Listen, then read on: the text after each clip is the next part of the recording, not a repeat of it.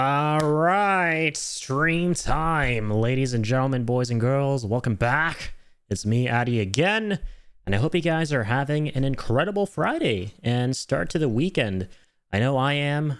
These past couple days have been pretty damn good for me, and I've been really excited for today's stream because goddamn, Hollow Knight has been so incredibly fun, and now with the 3-day schedule I have for streaming on the weekends, I always have something to look forward to, especially when it's a really fun game to stream every weekend. And so now we're back with day 4 of this, and I absolutely cannot wait to continue. Last time was a dope stream. I think we beat the Lost Kin boss, right, which was pretty amazing.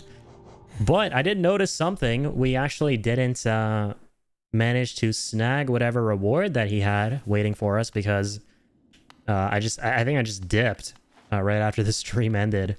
Because I had to go. And then I saw the VOD and I was like, oh shit, we missed something there. So let's skedoodle back. I believe, yeah, he's all the way over to the left. Alright, I can't wait to continue, man. Hollow Knight has been so goddamn fun so far. And you have a lot of gold too. Okay, and we're taking damage right off the bat. Fuck. Fuck. Okay, I don't know why I said it like that. That's weird. I'm sorry.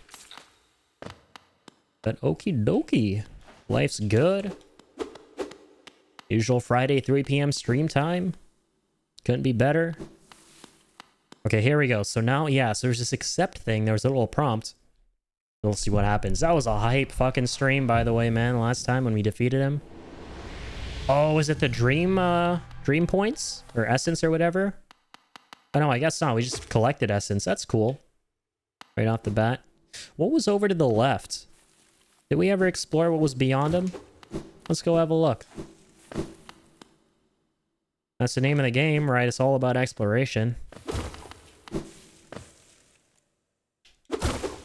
Super quiet and foreboding here, that's for sure, but we got rid of the forebodingness by killing him. Kill the source. Oh, you know what? You might have actually already been here. Yeah, true. Okie dokie then, man. Let's skedaddle out of here. Oh, true, and you unlock double jump too. Oh, hell yeah. I can bet you that there are a bunch of places we haven't been to yet that we've visited before, but weren't able to go through because we didn't have double jump. That's like the majority of locations in this game where we've had that happen before.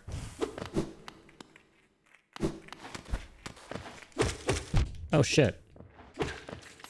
Is it all Pokemon looking asses are back? Oh true, and I completely forgot we actually got one more face HP. Let's go. Oh right, we can actually go up here now that we have double jump. Have you ever tried that before? I actually cannot remember which level we got double jump in. If it was this one, then there's definitely stuff we haven't explored yet using double jump. That's one of the downsides of not streaming for a week. Well, you know, the pros outweigh the cons. Definitely outweigh you too. Fuck you. Oh my god, man. Those orange glob floating ghost thingies are giving me PTSD to when we were fighting the Lost Kin. That was a sick fight. I might honestly just make a YouTube video out of that. Which, speaking of which, I've been working on a Hollow Knight YouTube highlights video. Came along quite nicely yesterday. I spent yesterday editing it for the most part. Life was Gucci. Might get that finished tomorrow. And as always, and I guess this is starting to become a norm just because, you know, usually I have things to do on Friday nights, and also I'm going to go hang out with a friend later today. The Friday stream, as usual, will be a little bit shorter than tomorrow and Sunday stream. So probably like 3 hours. We'll go to like 6 Eastern. It's right now 3:12, I believe. Ah, there we go. Okay, so that's really cool how you can combine dashing with double jumping here to get these grubs and stuff. Okay, what now? What now? Hopefully the stream's okay too, by the way. Let's do a quick audio check. What now? Okay, perfect. Life's Gucci. Ooh, Palace Grounds. That looks sketched out, but not fleshed out, if you catch my drift. Let's actually try exploring that a little bit. Oh, fuck me. I forgot this was the dash location. Ooh, okay. Right, there you go. OGs will know I have the memory of a goldfish. Okay, let's chill here again. And skabattle skaboo. Dippity doo. All the way to Palace Grounds. Whee!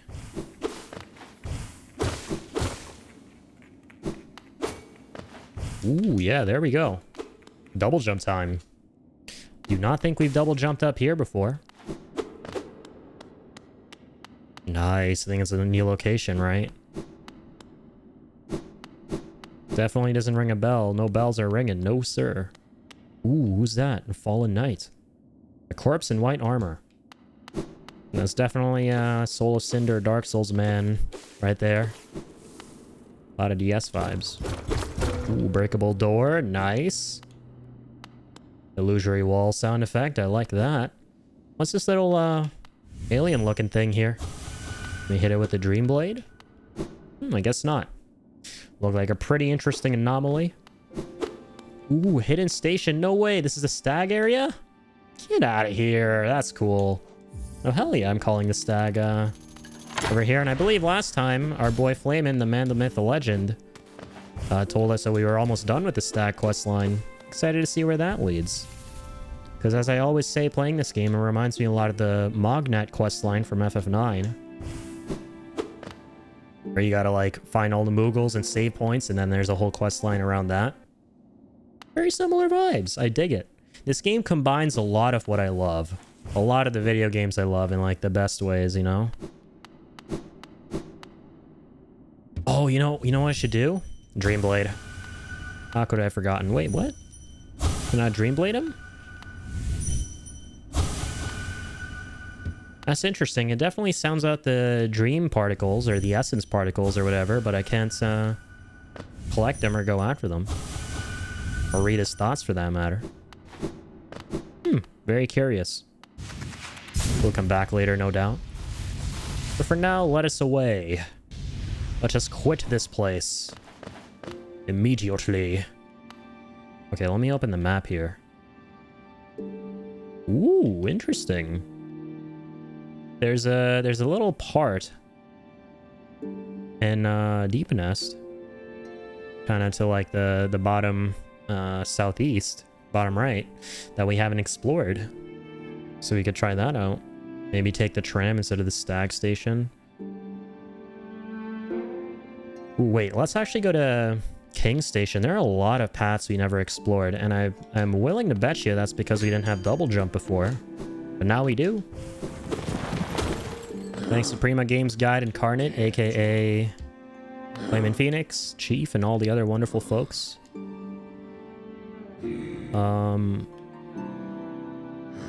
King Station, true. Let's head on over there. And skabattle skaboo, you know what it is, man. Keep on keeping on. Alright, here we go. 2460. I got a lot of runes here too, by the way, or whatever. Geo, yeah. I'm never gonna stop calling them runes. I apologize. It is what it is. Play too much Elden Ring, man. Oh, the Elden Ring, it burns. It burns and etching into my brain.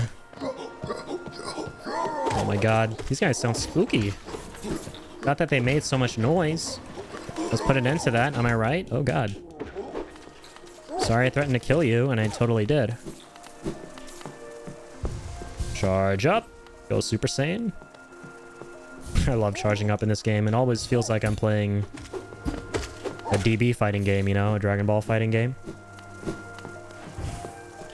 Speaking of which, I always found it funny how in Fighters, the least used move in that game is charging up, especially in online play when you don't have time to do it. Just build up meter naturally through damage. I feel like in every other Dragon Ball fighting game, like Budokai for example, you're charging up all the time, right?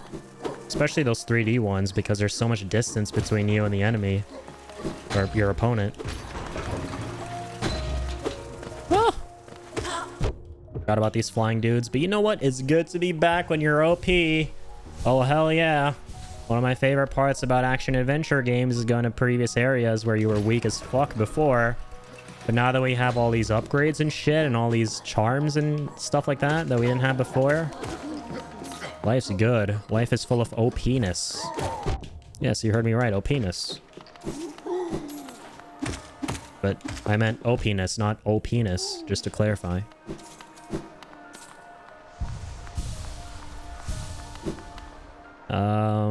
That was a legendary clip, by the way. It all spawned from when I was playing FF7 Remake Intergrade a year ago. And we had the legend Shreyef, aka Ollie, stop by one of my streams. And I was talking about this gear I had equipped on Barrett or something like that. We were in like Sector 5 doing something. And I was like, oh, the OP-ness is off the charts, because I think I had Goddard Damarung on him, which makes it so that your limit break is instantly charged at the start of a fight. And I was like, the OP-ness is off the charts. I realized what I said, and we both fucking died laughing. It was one of the best clips on my channel. Okay, why do I hear mini boss big boy music? Oh, okay, because they trapped me in here as they usually do. Oh my god, bunch of freaks. Bunch of creeps and freaks. Okay, I actually don't want to die here because I don't remember where our last bench was. I hope to heck it wasn't in that spooky level where we beat Lost Kin. I don't want to die. Mr. White. I don't know why I said that. I'm dead though. Shit. Oh, shit.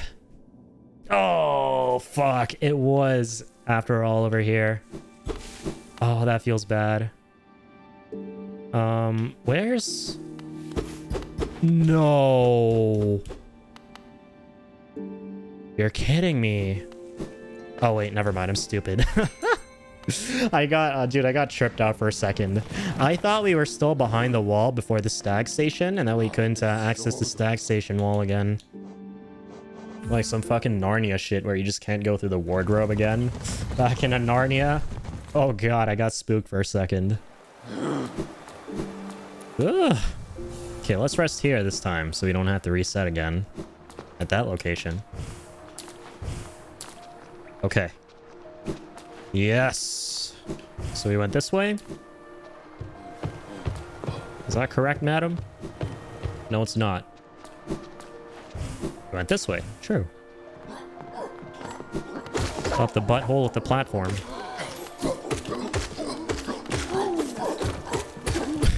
I always feel so bad for those little dudes who are running for their lives and just end up getting stuck on the glass wall. I was picturing them banging on that glass in my head cannon. Oh my god, I'm picturing you dead in my head cannon. Well, let's go Pogo time. That's right, we got the new charm too. I forgot, where we can attack people from further away. Allows us to Pogo more easily. That one's for you, Chief. The master of Pogoing. Okay, get you out of the equation. Start climbing this glass wall here. Skabam, skaboom. Get rid of little Mr. Humpty Dumpty here. I swear to God, these guys look like little mini Mr. Humpty Dumpties. 2 out of 10 video game. They ripped off Mr. Humpty Dumpty's likeness. And here I was thinking this indie game was beautiful.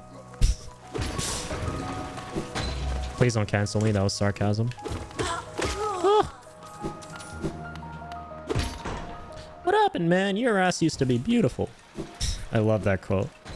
That's from this movie by Tarantino called Jackie Brown. Pretty underrated movie if you ask me. Legendary, iconic Samuel Jackson quote. Okay, hold on. Yeah, this is where we went, right? Get this little wannabe fencer out of here. Look at that scrub. He's using a legit sword? What a nerd. Only nerds use swords. Real fighters use toothpicks. Like me. Get a load of these posers. Okay, yeah, that's the end of that floor. Okay, so we gotta go up here. Yes, sirs. Oh my god. scrub. Okay, get my souls and shit back. This should be easy. Come on, man. I feel like fucking Zack after escaping Nibelheim when he didn't realize he was fucking experimented on for 4 years and lost his ability to fight properly. Jesus. Ah!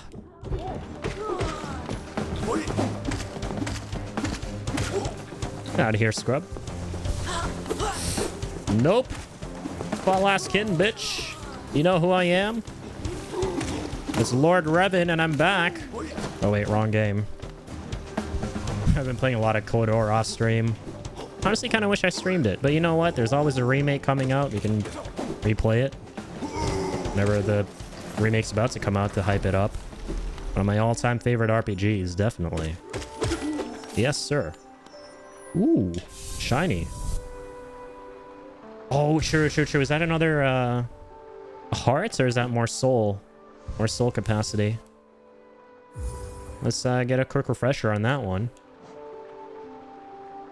Oh, true. Yeah, it's more soul. I remember. Well, that was worth it. That was definitely worth it. But you know, I gotta wonder, was our double jump necessary to get up here? If it was, then fucking good thing we came here. Or could we always get up there? Either way, I'm happy we did. And I'm happy we got our runes back. I gotta go spend these, man. Gotta go to that rune merchant. Way back when at the Forgotten Crossroads. Oh, cool. So this leads us back to resting grounds up here. Gotcha. Ew. Yeah, so it looks like... Okay, this is going to be kind of trippy playing this game because I feel like I'm going to make this mistake again. It looks like this one path over here will always forever and always look unexplored and uncharted. Actually, no, I'm wrong. I'm stupid. Sorry about that. I just need to go rest at a bench now that we took the lift. And it should chart a path. Right? That's how the game usually works. So this lift going up to resting ground should be charted now. Oh my god. Feels good to be used to pogoing now. Oh my god. It's literally as soon as I said that. What is with the jinxes? Why do I always jinx everything? Fuck. Literally unsub and unfollow, dudes. Oh, fuck me. Just got backup. Not for long. Oh, I keep messing that one up. Nice. There we go. Okay, these guys are still extremely spongy. Got a lot of HP. Big boy Tankus. Okay, interesting. It doesn't actually look like... No, okay, we have been up there. You know, I'm trying to get to that bench there so we can plot where we've been that we hadn't been to before. Ooh, interesting. So it looks like we've never actually come up from down there before. Yeah, okay, now I get it. Yeah. I remember dropping down here from above, but we were never able to go to that lower part we were just in. Because this floor was always closed. Woo! Level design horniness. I love level design when it's good. And then this game is very good. Yeah, so we're back here with the Dreamers statues. Statues of the Dreamers. Definitely remember this place. And you fought like 2 of those Dreamer spirits so far or whatever, right? You're able to interact with a couple of statues and fight the spirits they summoned. Wee! Wee! Skaboodle, skaboodle! Ooh, purple door. Oh, yeah. Now we can give some of our essence to this person, right? I forgot about her completely. Seer. How Wilder, you've returned. Let me have a look at the dream nail. You've collected 100 essence. Oh, way ahead of you, ma'am. I got like 700, I think. Quick work. Things come naturally to you, don't they? No wonder the dreamer's trying to bury you in that old dream. Perhaps he frightened them, or perhaps being prisoners themselves they desired your company. In any case, you still have a long way to go. Take this old trinket as encouragement for me and return when you have collected 200 essence. Okay, so we gave her 100 essence for a hollowness seal, and now she wants 200.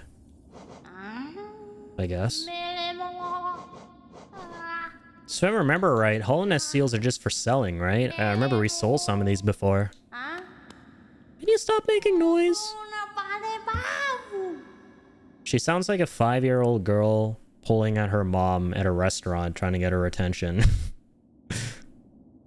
Have you seen that great door just outside? My tribe closed it long ago and forbade its opening.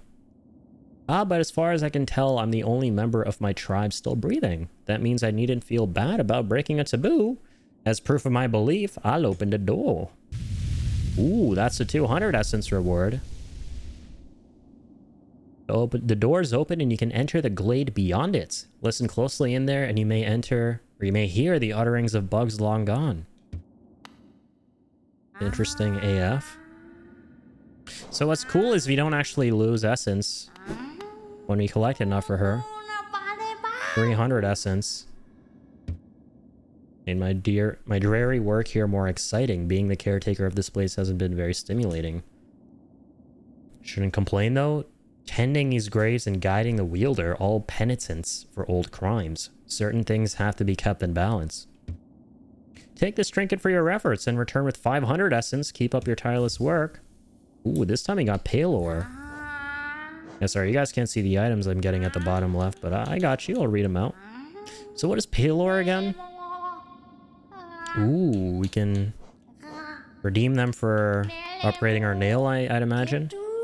Nice, 500 essence. These milestones are honestly very forgiving. Right? I would imagine she'd go from like 100 to 1,000 immediately, because I wouldn't put it past her. A lot of NPCs have done that before. Small reward. What's the reward for 500? Plucked from one of my most precious memories. This charm will bring you and the dream nail closer together still. The secrets of this kingdom won't be able to hide from you any longer. Take it and return once you have collected 700 essence. More gifts await you. Ooh, dream wielder. Oh, it's a charm. That's cool. Allows a bearer to charge the dream nail faster and collect more soul when striking foes. That's cool. You know, I never actually used the dream nail against foes. I've only used them to interact with the environment. 700 essence. Okay, let's see what she gives us now. Oh, nice. Let's go. That's perfect, actually. Last bit of essence there, and we were able to get some more soul. The final piece of that soul. So she said she opened a door, right? Oh, I think I know which one. That purple one. It's gotta be. Oh, hell yeah. There we go. So what's back here? Spirit's Glade. Those hot springs? Ooh, they are. That's cool. Well, not really. I mean, they're not actually hot springs.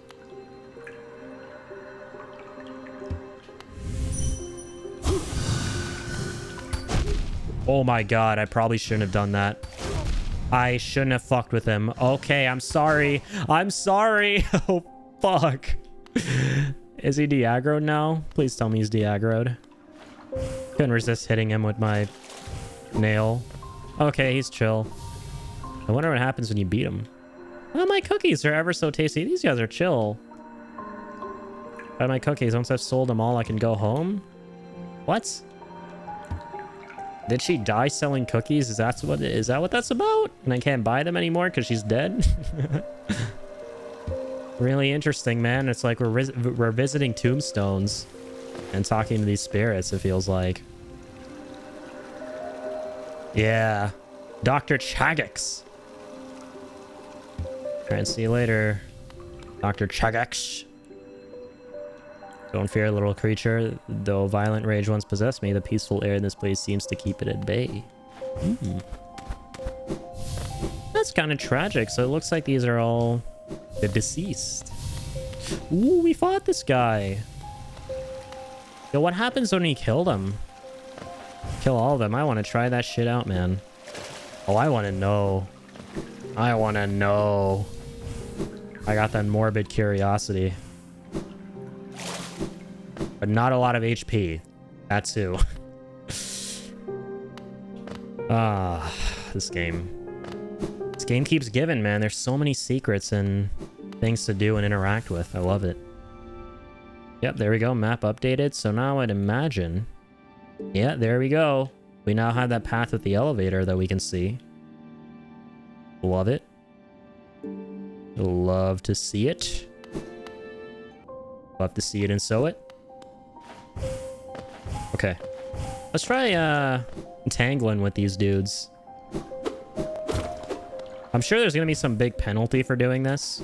I hope not, but it's fun. I like the challenge, you know? I live for the challenges in these games. Like I said, I'm a glutton for pain, man. On my last stream.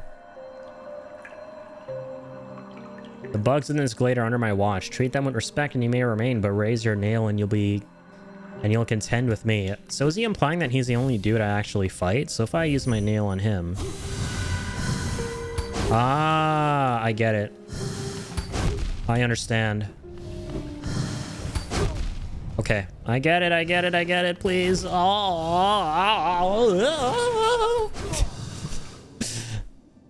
Okay, that makes sense. That makes sense.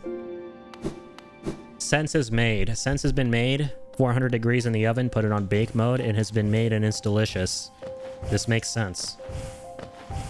You basically take out the gravestones for more essence. But this guy is like a watcher of the other spirits, and he comes to defend them and take you out. And this guy, I'm assuming, yeah, they don't come back, right?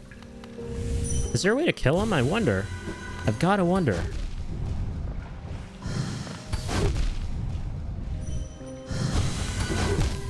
I suppose I can just keep taking them out one by one and coming back every time when he's de-aggroed. Just to get my souls back. Okay. I'd be very interested if you could actually fight him and kill him.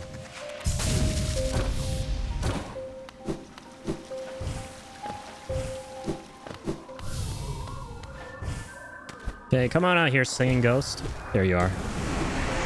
Only spirit that matters. JK, you matter too? Yeah.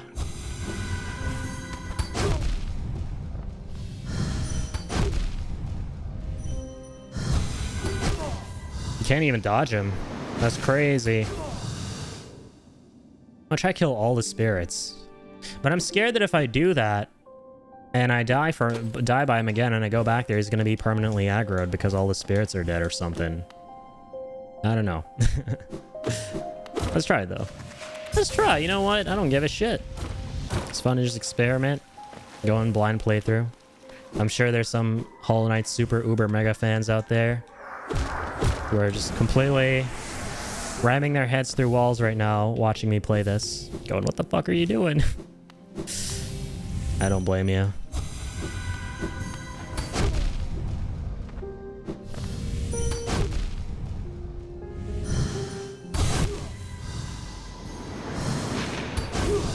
Okay.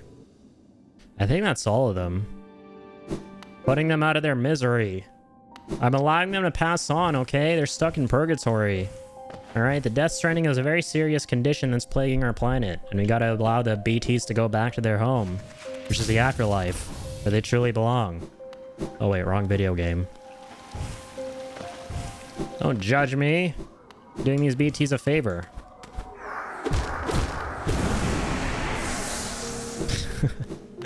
Alright. Dope. Oh, that's... Okay, never mind. There's still like... Damn, there's still quite a few spirits here. I don't think I've even been up here yet. Jeez. Very tragic, all these heroes who fell. Spirits Glade.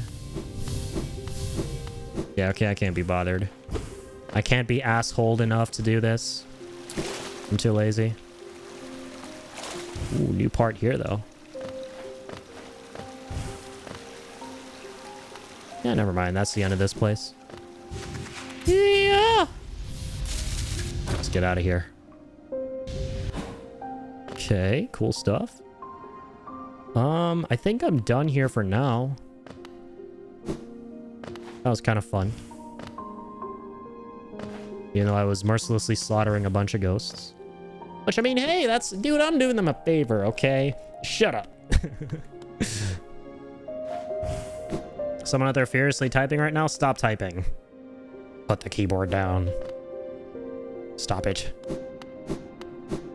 Be a warrior, but don't be a keyboard warrior. Remove the keyboard part of that. Noun.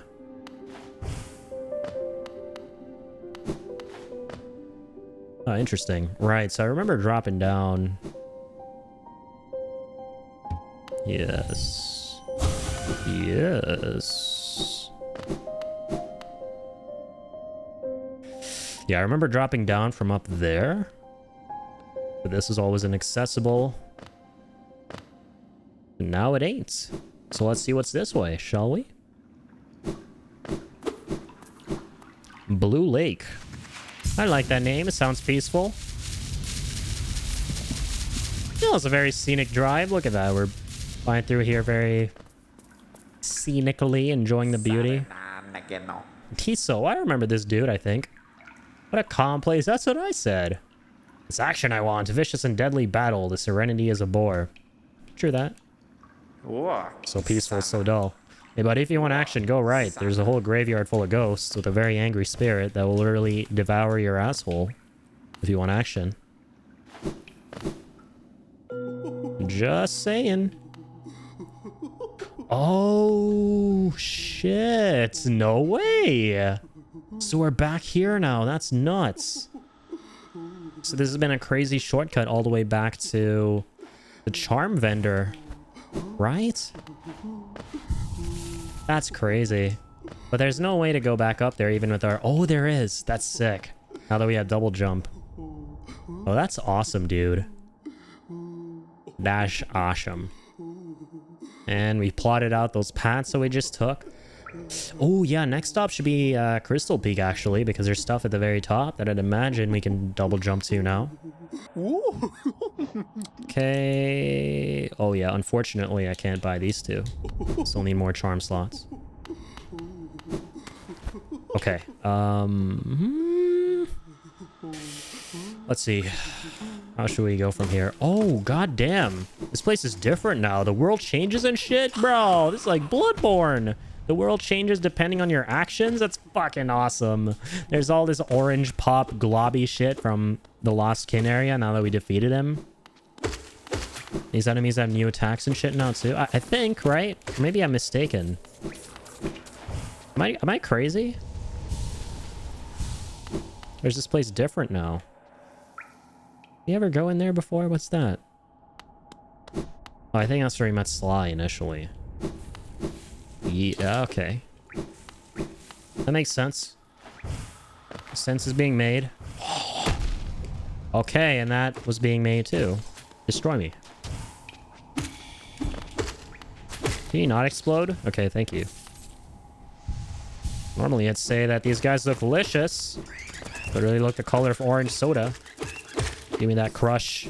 Crush that juice. Give me the sugar. The glucose. But nah. They're just explodey maggots. Full of other maggots that have maggots in them. Yeah, okay. This place has changed completely. It's full of these orange globs now. That's so cool. That's so sick, man. They went all out in this game. I already thought the level design was sick, but I was not expecting them to take it a step further and actually have world events. Right? Events that you can do in the world that change the level design and the content of each level drastically, depending on the narrative stuff and what you do. That's sick. Okay. Is there any shit over there? Oh, I can't even destroy that. It was just part of the environment. No way. The music's different here too now. It's a lot more sinister. Yeah, what's up? I've never been able to understand how to get on up there. Was it maybe through here?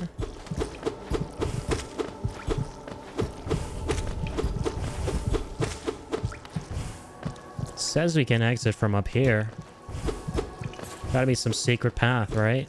I don't think I ever managed to get through there even before.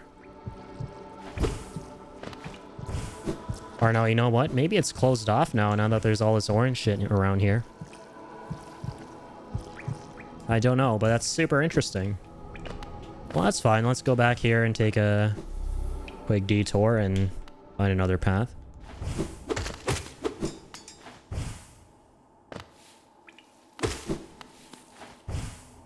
There we go. I think that's where I very initially dropped down from to fight the very first boss I ever fought of all time. Ever and always. It's a lot spookier now, too. I'm really curious now. Now, this shit is really making me interested in the lore of the game, right? Earlier, I was like, yeah, the lore is pretty cool. The world building is solid. I can tell, even though I don't know what's going on. But now I'm like, I don't know what's going on. But I'm super duper stoked to know what's going on. And even though I don't know what's going on, it's the kind of thing that's going to make me YouTube some kind of backstory lore video about the game. Some VaatiVidya style shit, if you catch my drift.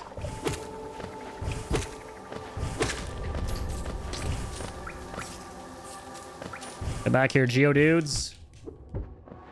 Not you. Is your name Geodude? I don't think so. Oh, that's sick. Yeah, just use my reservoir there to charge up the rest of my health. That's new. Shit is creepy. It's almost like, you know what it reminds me of? I'm going to keep on making these Bloodborne parallels and analogies until my soul travels on. Do you know what it reminds me of from Bloodborne? It's when you kill Rom. Spoilers, when you kill Rom, and the world drastically changes, right? Because it causes this event to happen where now essentially all the great ones have taken over and contaminated absolutely everything, and the world is beyond irreparably fucked up. Because I don't remember the lore of Bloodborne too well off the top of my head. Like, I know the story, but the specifics of the lore. But Rom was kind of the glue that held the world together, right? And when Rom dead, that's when the world went completely backwater, and the great ones are able to kind of fully assimilate and integrate and start fucking with things. Right? You quite literally wake up and are able to go to the Yahar'gul Unseen Village part of the game, and that's where everything gets super fucked. It kind of reminds me of that. Like, something has definitely gone wrong in the world now. Like, we broke something that, at least to an outsider's perspective, just going off my knowledge of Bloodborne, seems to be the fact that we've killed the glue that's held this world together, like the Lost Kin or whatever. Because, and I say that because he was using these attacks that look very similar to these orange globs. Or globules or whatever the fuck. Curious what Dirtmouth is like now. Music is giving me serious Legend of Dragoon vibes, especially with the heartbeat in the background. I can't even call it music. It's like this creepy repetition of like 2 notes. Ooh, we got some dream points from him. Let's try using Dream Blade. I can't. Enemies are too fast.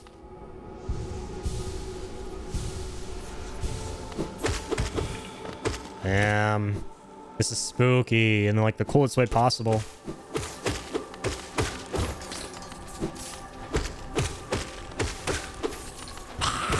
Okay, okay, not okay. Definitely not okay. Major negative. Heal up. Okay, cool. We can just go from left. I lost track of where I was going, and I lost track of the fact that that asshole can do that too. Probably shouldn't have again. Okay.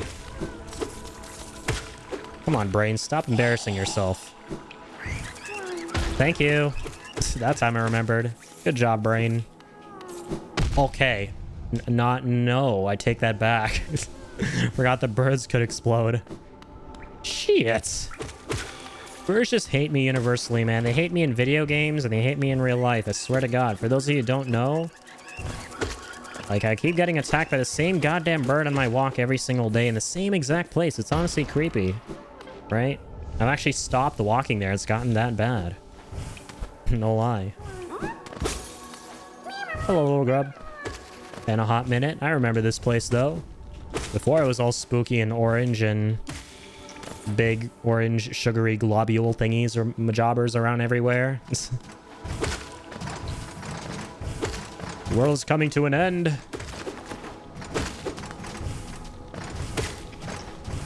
Oh my god, but dude, double jump makes life so much easier. Oh, it is literally the best thing ever. In any video game ever of all time. Greatest ability. It's so simple, but it makes everything exponentially easier in platformers. Right? Like, it's funny, it's such a basic ability, but you unlock it so late because it just makes shit so much more accessible. You don't want stuff to be super freaking accessible at the start of a platformer, right? Oh my jeez, really? These enemies are not playing anymore. Get you out of there. And I'm a dip. And get my Geo. My Geo dudes. Okay, come on.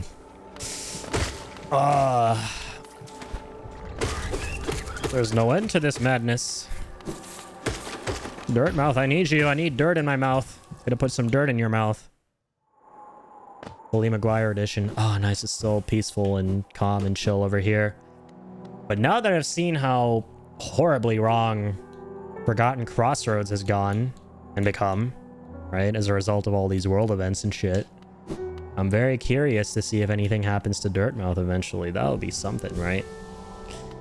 And we've seen it happen before in a lot of other video games, right? Like in, what's he saying here?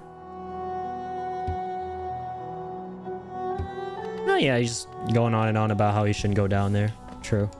But yeah, like I was saying, we've seen this happen in pretty much every single Soulsborne game where your homeworld, right? The Round Table Hold, Majula, the Hunter's Dream, the place in Dark Souls 3, I forget what it's called, the Firelink Shrine. Yeah, everything towards the end, especially when you cause a major world-changing event, narratively, everything starts to get wacky and different and changed in some way. So I wouldn't be surprised if something happened here to Dirtmouth. I'm honestly expecting it.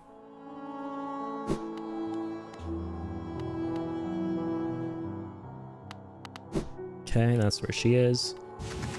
I'm looking for my boy Sly. Gotta spend all these geos, man. Ooh, yeah, I'm taking a mask shard for sure. For surezies. I think that's the last one he has too, right? I think it even said that. Definitely dropping a fat 1500 on that. Elegant key. Ooh, yeah. Ooh, get all these key items. Literally. Soul vessel fragment. Yes. Yes. Yes, please. Very good. Everyone's so loud. It's like the music is chill one second, then the next you talk to someone and it's like, oh my god, my ears. Oh. I love it. Okay. Gathering Swarm. Oh yeah, that's the magnet one, right? Yes, it is. Sprint Master. Does that allow you to run faster? I don't know. Well, you know what? We're gonna take it. We're gonna take everything. Big spender. Big spending energy. Spend everything. Everything must go. Good. Very good. Buy all the charms so we can get more charm notches, right?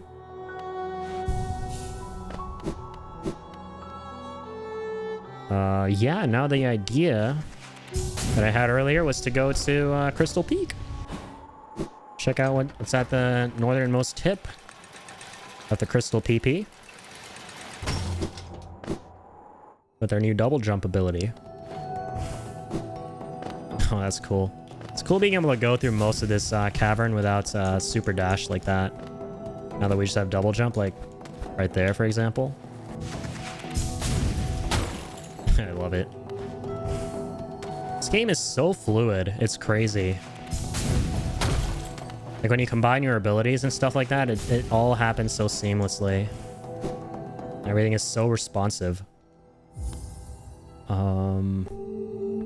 Okay, true. Yeah, so here we definitely got to use some super dashing. Super dashing, shkabashing. Oh, nice. Now we can get up here. I remember this place very well. Passed it so many times, but because we didn't have double jump, we couldn't do anything. Ooh, and we got an item called a King's Idol. What does that do? Let's find out.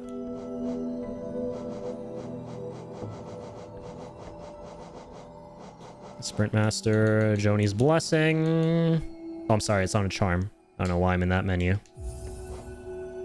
Let's have a look-see. Simple key. Ooh, yeah, there we go. King's Idol. Oh, true. Maybe you've gotten these before. It's just an item you can sell, I'd imagine. I'm assuming those items at the bottom slot of your inventory are all sellable. Or, I mean, just items worth selling and not holding on for anything else or any other reason. Can we at least kill these little crystal bugs now? Jeez, man. Okay, they're still here to wreck my day. Difficulty definitely hasn't ramped down from there. Or in that regard. Ryu has, though. Big tubby guy. Alright, let me heal up.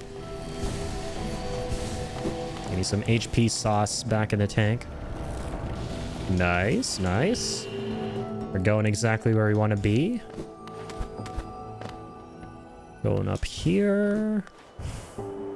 Oh, I remember we came here once upon a time a long time ago, and there was an NPC in this corner. And not much happened from that point on. Ooh, nice. Now we're talking. Now we can get up there. Or can we? Fuck. Okay, I don't think so, actually. What? Come on. No way. Oh.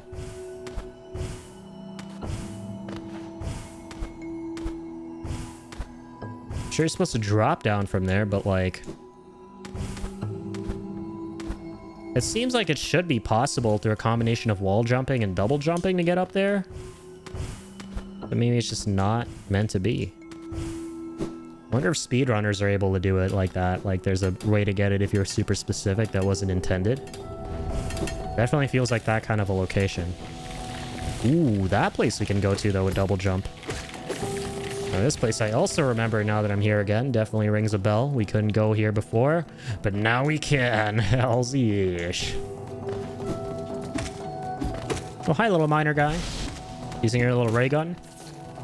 Get out of here. I'll sue you for copyright infringement with my toothpick. Right between the eyeballs. Okay, who's next? Oh, his brother. Shit, he packs a punch. Just kidding. But he should have pack-a-punched his ray gun. I'm sorry.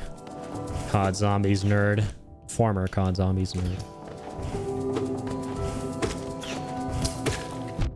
Oh, fuck. Oh, fuck. Oh my, I remember why I hate these enemies so much. Their crystals take like 10 million years to vanish. Whatever, let's be more aggro. Oh, that's right, we gotta destroy them ourselves. Else they take forever to go away on their own. Nice, a little essence tree or branch or whatever, Majobber. Let's go collect these bad boys. Let's go kill that bad boy. Ooh, that would have been a cool pogo hit.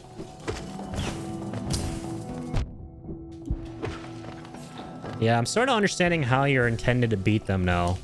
You kind of have to pogo off their crystals and then slash them. That's cool. Never tried that before because we never used to pogo. Okay, but now that I'm down here and I want to collect the essence up there, what's the best way without leaving the area? Or is there one? Is there one at all? Oh my goodness, really? Why does that always happen to me in this playthrough? I feel like I know there's spikes, and I jump into them and I try to double jump or whatever, or dash, but the button just doesn't register.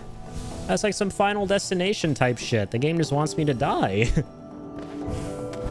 It's like, nope, you cheated death too many times from these little ray gun wielding bozo miner dudes. It's time for you to die now, bitch. But I'm not having it. Get out of here. I don't cheat death. Death cheats me. Didn't even make any sense. Oh, fuck. That made even less sense. Why didn't I dash there? Okay. Up here. Up here. Nice. That's all of them. I heard a very big dreamy sound. Nah, I'm a nightmare. Your worst nightmare. Maybe not, actually. Fuck. I took a hit there. I've been hit! Going down. JK, going up. Okay, let's explore more of this crystal cave. Mithril mines. This is some leaked FF7 Remake Part 2 footage right here. No one tell anyone about this stream. We're going through Mithril mines. Or Mithril mines, as some people pronounce it. How do you pronounce it? Mithril or Mithril? I'm always, curious. I've always been curious, rather. Let's go.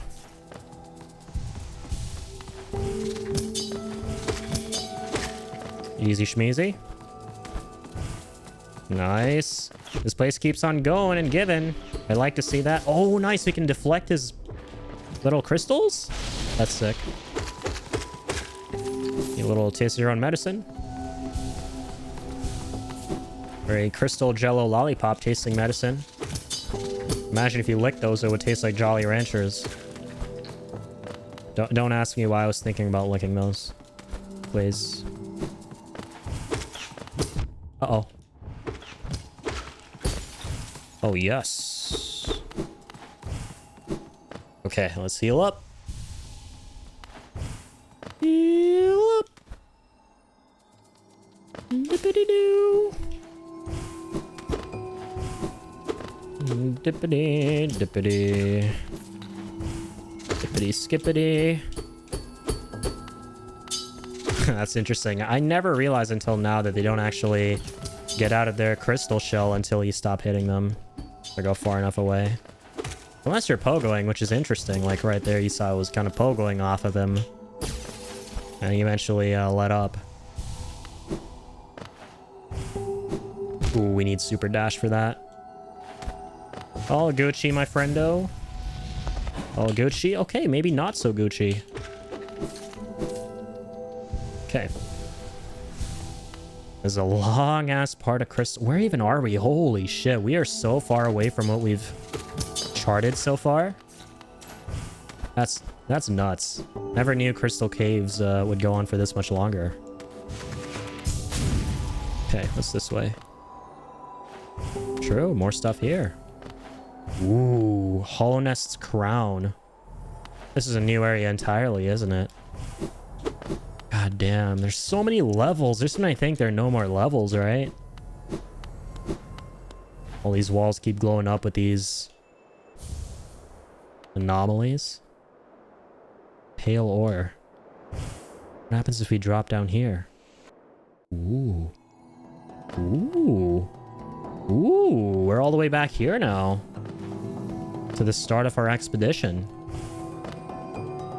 That's hella fucking cool. Well, okay, I feel like there's way more we still haven't seen. And I very much still like to go back. So what do we get there? A pale ore?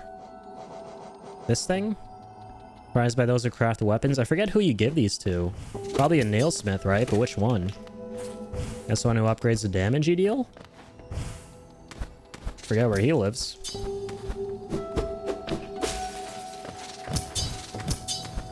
Oh, do these enemies respawn? I feel like we killed them before. Oh yeah, we definitely did. They just back, even without benches. Damn. They really are like parasites. Okay. So what I'm actually going to check out now is if there's a path over to the left, because we never actually went that ways. Yo, Hippie, how's it going, man? Welcome in. How's your day? How'd your stream go earlier?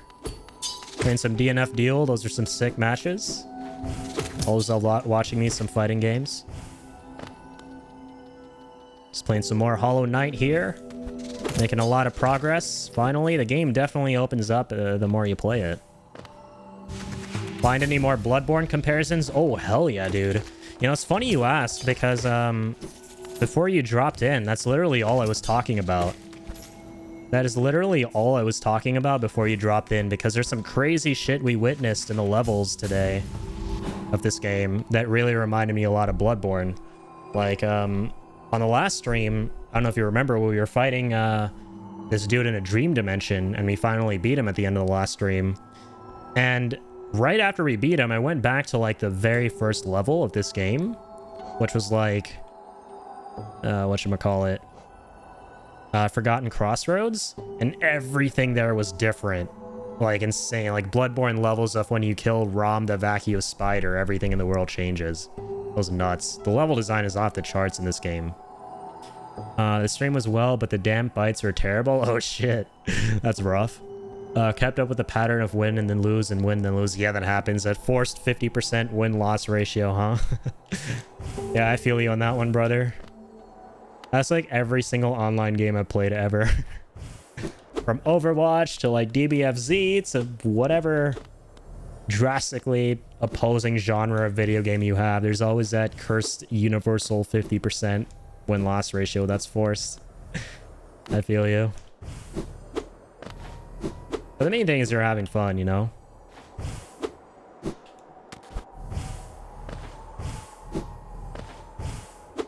But then after I end stream, I go on a 6 win streak. Oh my god. Wow. That is a troll there. That's a big troll by the universe. The universe can be trolling sometimes, man. Don't you hate it when the universe is a troll? Oh, my bad. I actually went this way before. Ah, shit. Yeah, the streamer debuff is real. I agree. Streamer debuffs are like buffs and debuffs as a result of streaming games are definitely a real thing. I would say the biggest buffs in that regard is when you stream. For some reason, I don't know if this has ever happened to you, Hippie, but I feel like ever since I started streaming, the funny, glitchy, weird, wacky, clip-worthy shit that happens in the games that I play only happen when I stream. And when I play off-stream, it's like none of that stuff ever happens. It's super fucking interesting. Like when I'm playing off-stream, I'm like, oh cool, it's a regular playthrough, you know, as expected, everything's going normally, you know, it's my tempo. And then when I stream, it's like, oh my god, there's this jump scare, oh my god, there's this bug, holy shit, what is going on? My computer crashed. It's like all sorts of these wacky, funny, clip-worthy moments that are memorable, you know? Yo, Virtuous Soul Links, what is up, my guy? Is that my fellow Indian brother, my fellow Addy? Yo, Hippie, did you know that this guy, Virtuous Soul, is also an Addy? That's crazy, man. So I met him in your stream earlier today, and then I went over to his stream to hang out for a bit, and it turns out we're both Addies. And he's my Indian brother from another mother. That's amazing. The Addies be out here, dude. It's crazy, dude. Virtual, like I was telling you on your dude, I can literally just call you Addy. I realized, dude, Addy, like what I was telling Addy earlier on his stream today was, it's crazy because I know my name is super common in India, right? But I lived in India for like 11 years. I never met a single Addy there. I was like the only Addy I ever knew. And recently, I was playing Overwatch like a couple months ago, and I met someone named Addy there too. I don't even know he was Indian because like he didn't have an Indian accent or anything. And I was like, yo, so what's your name, man? I'm Addy. He's like, oh shit, I'm Addy too. And I'm like, no fucking way. Are you Indian too? Or is that like Addison or whatever? He's like, nah, I'm Indian. Like, that was amazing. And now there's another Addy here? Dude, what is going on, man? Hippie here's been on some fighting game win streaks. I've been here on some like Addy win streaks. Finding Addy win streaks. The buffs are real. But yo, thanks for stopping by, Virtual. I appreciate it, man. Hopefully your stream went well. Yeah, it's amazing. I'm in another Addy here on Twitch.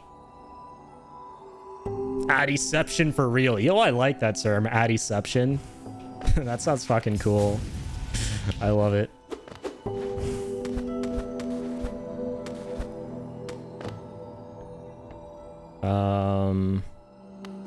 Not sure, so I'm gonna go left here.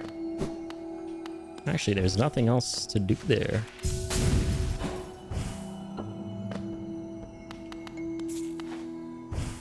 Oh, my bad. Did something happen with the auto mod? Oh, my bad, dude. Yeah, maybe there's some settings there that are a bit too sensitive. I apologize.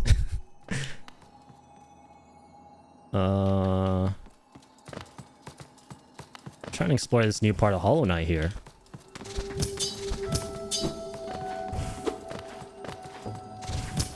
Automod is evil everywhere.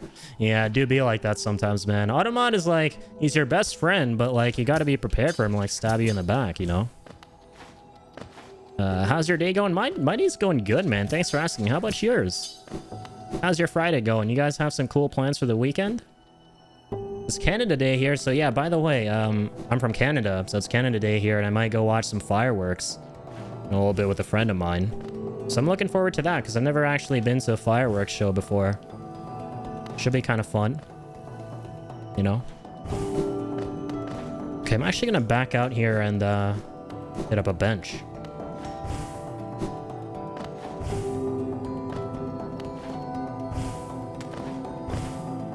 Happy Canada Day? Yeah, hell yeah, man. Happy Canada Day indeed.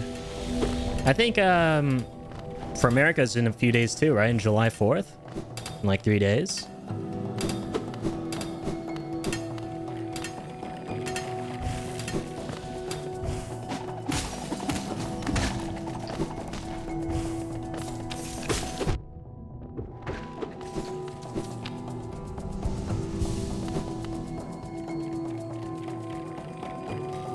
Yeah, July 4th, barely go to see the fireworks though. Yeah, I feel you, man. I've never really been big on fireworks personally.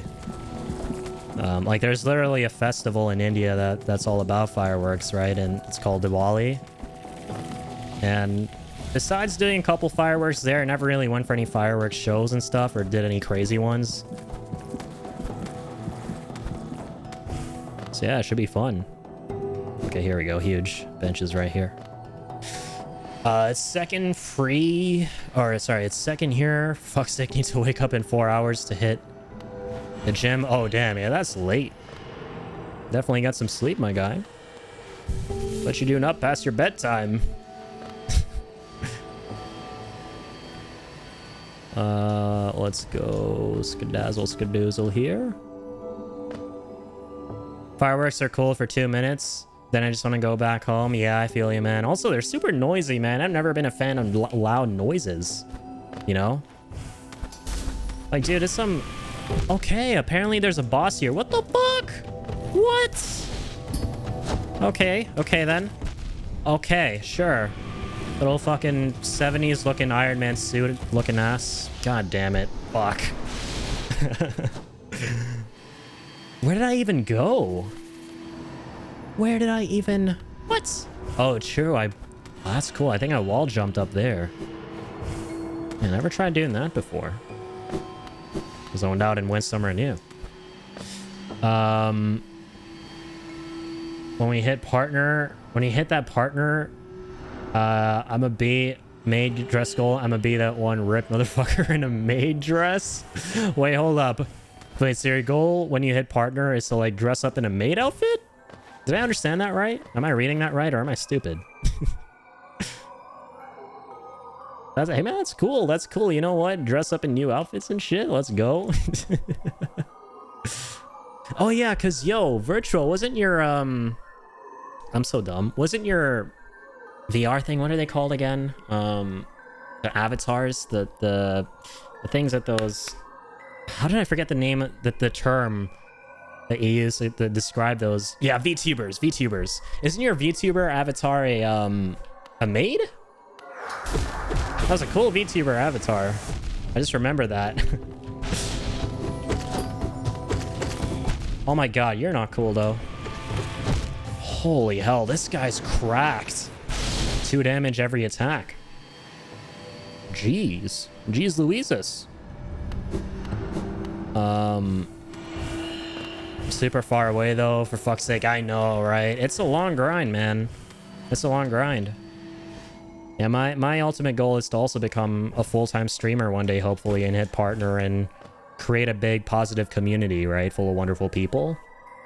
But it is definitely a grind. But you know what, man? As long as we enjoy what we do and keep networking and keep making friends and building up that community and those positive vibes, it'll happen, you know? I believe in the grind, the stream dream. Change up the hair color too. That's cool.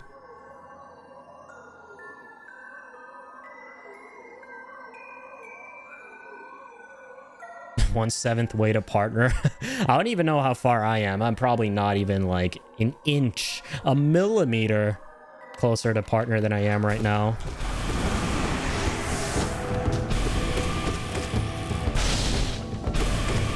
But it's all good.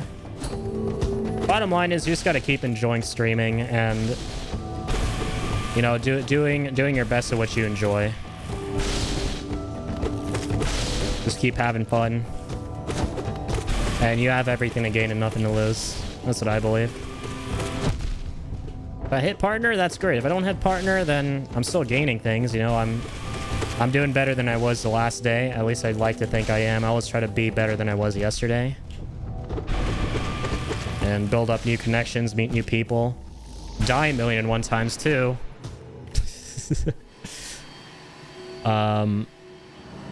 Exactly. You just got to enjoy what you do and you keep working towards it naturally. Like what I believe, right, is that, so you know how people always preach doing things like, you know, or endorse things like discipline, you know, hard work, responsibility, all these values that are good to have, and, you know, having a good work ethic towards reaching your goals. I honestly think there's no way to force yourself to really adopt those things. You just need to enjoy what it is that you do. And then those things naturally just start falling into place, like all of these good values to have in order to, you know, be better at what you do and have a good work ethic and stuff. Like all that shit just starts to fall into place.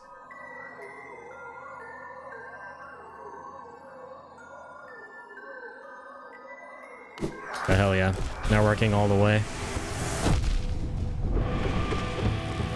Okay, let's try and kill this big bad booty. Fuck. Gotta learn his moves. His laser lasts so long. Miraku said that he might put out the Guoba tag too? Ooh, interesting. I don't know what that is. Oh, okay. Sorry, got you. Talking to Virtuoso, my bad.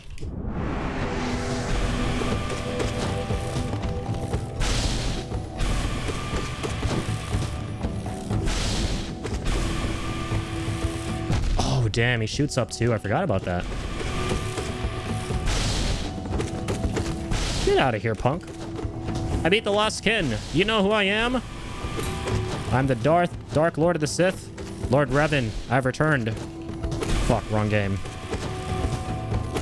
Shit. Holy fuck, holy fuck.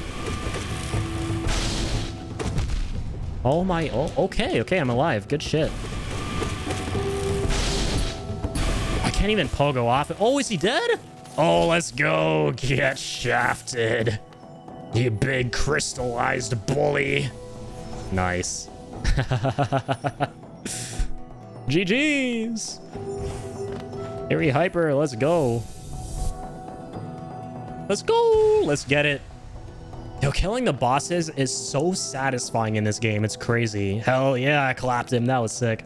It's nuts because I played so many other Metroidvania indie games, and granted, they have amazing boss fights, right? But this game, oh boy. It literally, like, I hate saying this because it sounds so done to death, as if, like, these are the only games that exist in the world, but it literally is the Dark Souls of Metroidvanias in terms of difficulty. They just ramp up these boss fights, you know? I feel like I'm actually fighting a Souls boss most of the time. Yeah. Okay. Right, so I got more soul. More maximum soul there.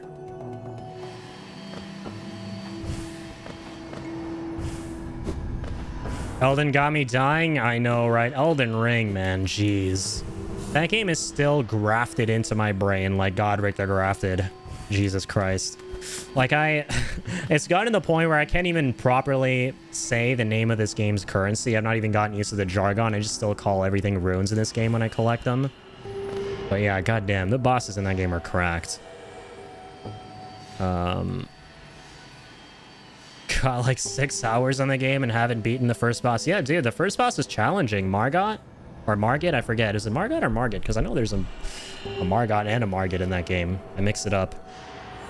Yeah, Margit is a dick, especially if you haven't played any other Soulsborne games. He's a very, very big skill check for first-time players.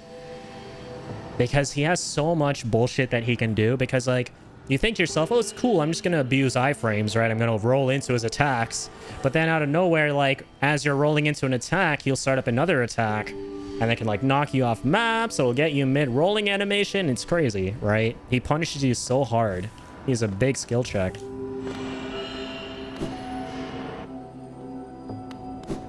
Oh, true. He has a, it's been so long since I played Elden Ring and fought Margot. I did all the endings and shit and got all the trophies, but it still feels like it's been a while. I forgot he had a second phase. Is that the one where he starts jumping and shit? Like, does he jump in phase 1? I forget. Like, he starts jumping around with that hammer of his and doing all that wacky, crazy bullshit. Yeah, yeah. Phase 2 is his jumping. Yeah, that shit got cracked real fast. Remember I tried to, like... And the crazy thing about that fight is, I think, and Elden Ring as a whole in general, is summoning kind of hurts more than it helps. And I mean, granted, it's always been a thing in the Souls games where it's like, if you summon someone, the boss has more health and they're harder to fight. But for the most part, it's easy to clap bosses with allies when you summon. But in Elden Ring, it's like way harder, I feel like. Right? Like when you summon that dude outside, like Sorcerer Rogier or whatever his name is, or if you try to get friends to help you out, it's actually harder. He starts jumping and ground pounding and 360ing. Yeah. Now I remember. He has that one like really annoying lightning dagger that he throws and shit too. Really think so? I mean, I never did actual co-op MP in Elden Ring. Like I never played with other people, but just through summoning like the NPC summons like Rogier and a couple of others too, I honestly thought it made the fights harder because the NPCs aren't the best at what they do, and the boss just has more HP, and those, when you combine those two things, you don't really get a very pleasant boss fight experience, to say the least. But I don't know, that was just my experience. But holy shit, no, if you're talking about like the actual summons of like Mimic Tier and shit, that shit absolutely makes the game a cakewalk. Like summoning a copy of yourself to fight everyone, it's literally like turning the game from hard to easy mode, even after they nerfed the Mimic Tier. And I'm ashamed to say I used the Mimic Tier for my whole playthrough. I saw too many horror stories about Millennia, and I didn't want to lose my mind trying to fight her 60 gazillion times. So I'm one of the guilty ones who fought her using the Mimic Tier. I still gotta go and do an anime redemption arc at one point, though, and try to beat her without it. One day, though, one day. Not anytime soon, though. Got my fair share of Elden Ring. Man,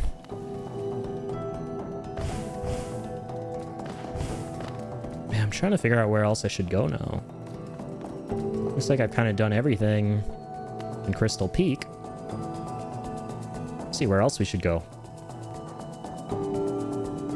That's what I love about this game. You're constantly going back to other levels where you couldn't proceed before because you didn't have level traversal abilities. Ooh. Maybe Deep Nest. Anyways, I'm gonna go get some sleep. I'll leave your tab open. Have an epic one, Superior Addy. Yo, thank you, Virtuoso, man. The fact that you're here makes you the Superior Addy, in fact. And I will die on that hill. But no, seriously, thank you, Addy. Thank you, Utter Addy, aka Superior Addy. aka Virtuoso. Have a good night, man. Keep on keeping on.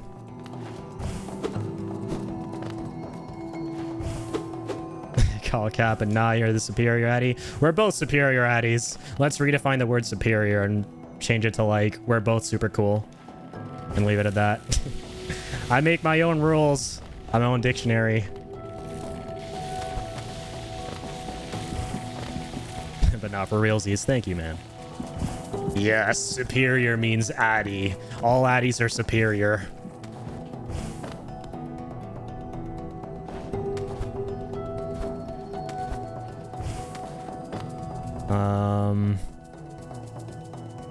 Oh, yo, really? Was there never any stack station here in Crystal Peak?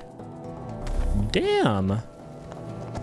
I don't know if you saw my message, but did you see the trailer for... Oh, yeah, I'm sorry. I did glance by that, but I didn't fully process it. So, yeah, I didn't actually see the announcement for Strangers of Paradise DLC. That's cool, though. Yeah, I gotta try that out. Is there a trailer and everything?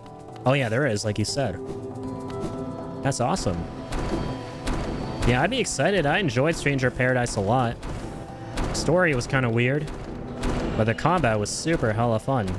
And I'd definitely be down to go back to trying it or playing it more. Definitely gonna check out that trailer. Is there a release date for it? Okay, let's head down all the way. Ah, damn. Damn. Let's get Basil all the way down. Oh, no, wait. July 20th? That's not far away at all. Yeah, I'm hyped. Definitely, man. Right now is a really good time to be a Final Fantasy fan, especially a Final Fantasy VII fan. Because holy jeez, there's so much crazy good Final Fantasy stuff coming out. Right? Like, for one, you've got that Stranger of Paradise DLC, but you also have things like Crisis Core Remake, which I'm super duper hyped for. That's the thing I'm the most hyped for, honestly. 7 Remake Part 2. Like, I literally cannot believe they actually gave Remake Part 2 an actual release date, even though it's pretty much over a year out. Like, it's crazy how they so confidently announced that it's going to come out in winter 2023. And then, of course, you have all this other FF7 stuff like Ever Crisis. Yeah, that's kind of about it. But that's a lot of content. There's a lot of good FF7 stuff. And then FF16, of course, too. I think that comes out next summer, right? 16 looks hella interesting. I'm definitely going to try that out. Looks fun as fuck. I like the direction they're going in with the combat. Looks super Devil May Cry-ish. I don't know if I asked before, but what do you feel about FF7 Remake's story decision? So right now, overall, I love FF7 Remake, but it took me, I'll admit, it took me a little bit to get used to it. Because I, along with like pretty much everyone else on the planet who went into FF7 Remake, thought it was going to be a one-to-one retelling of the original with a few deviations here and there. But what it did turn out to be was a complete retelling, right? Not just a remake. And it definitely went in the direction of now we've essentially, and spoilers, we've killed Fate, and now we're going to take the story in completely new directions. And it's kind of a sequel, I guess a stealth sequel. And I was like, initially not on board with that. I was like, this is kind of weird. But now the way I see it, and the reason I'm kind of excited, especially if they deliver on what they're trying to do and they deliver on making Rebirth or Remake Part 2 as high of a quality as Remake Part 1, the way I see it is when you left Midgar for the first time in the original Final Fantasy VII in 1997, literally nobody knew what to expect, right? And now it's like not only... It's like they're emulating that feel again, which is really cool in my opinion. Like now not only OG fans of the original FF7 not know what to expect, or sorry, the newcomers not know what to expect, but also the people who've played FF7 before and know what happens don't know what to expect either. So everyone's kind of in the same boat. Literally no one knows what's going to happen after we leave Midgar, and that's super exciting. They're recapturing the feeling of excitement and uncertainty that you had with the original FF7 upon leaving Midgar. And I mean, the fact that they were able to deliver at such a high quality with the things that actually mattered, in my opinion, with Remake Part 1. Like, for example, the story and the characters and how the characters interact and their dynamics and their development and stuff. Because to me, the most important thing about FF7, or my favorite part about it, are its characters, right? I just love the way the characters are written and their interactions and all that kind of stuff.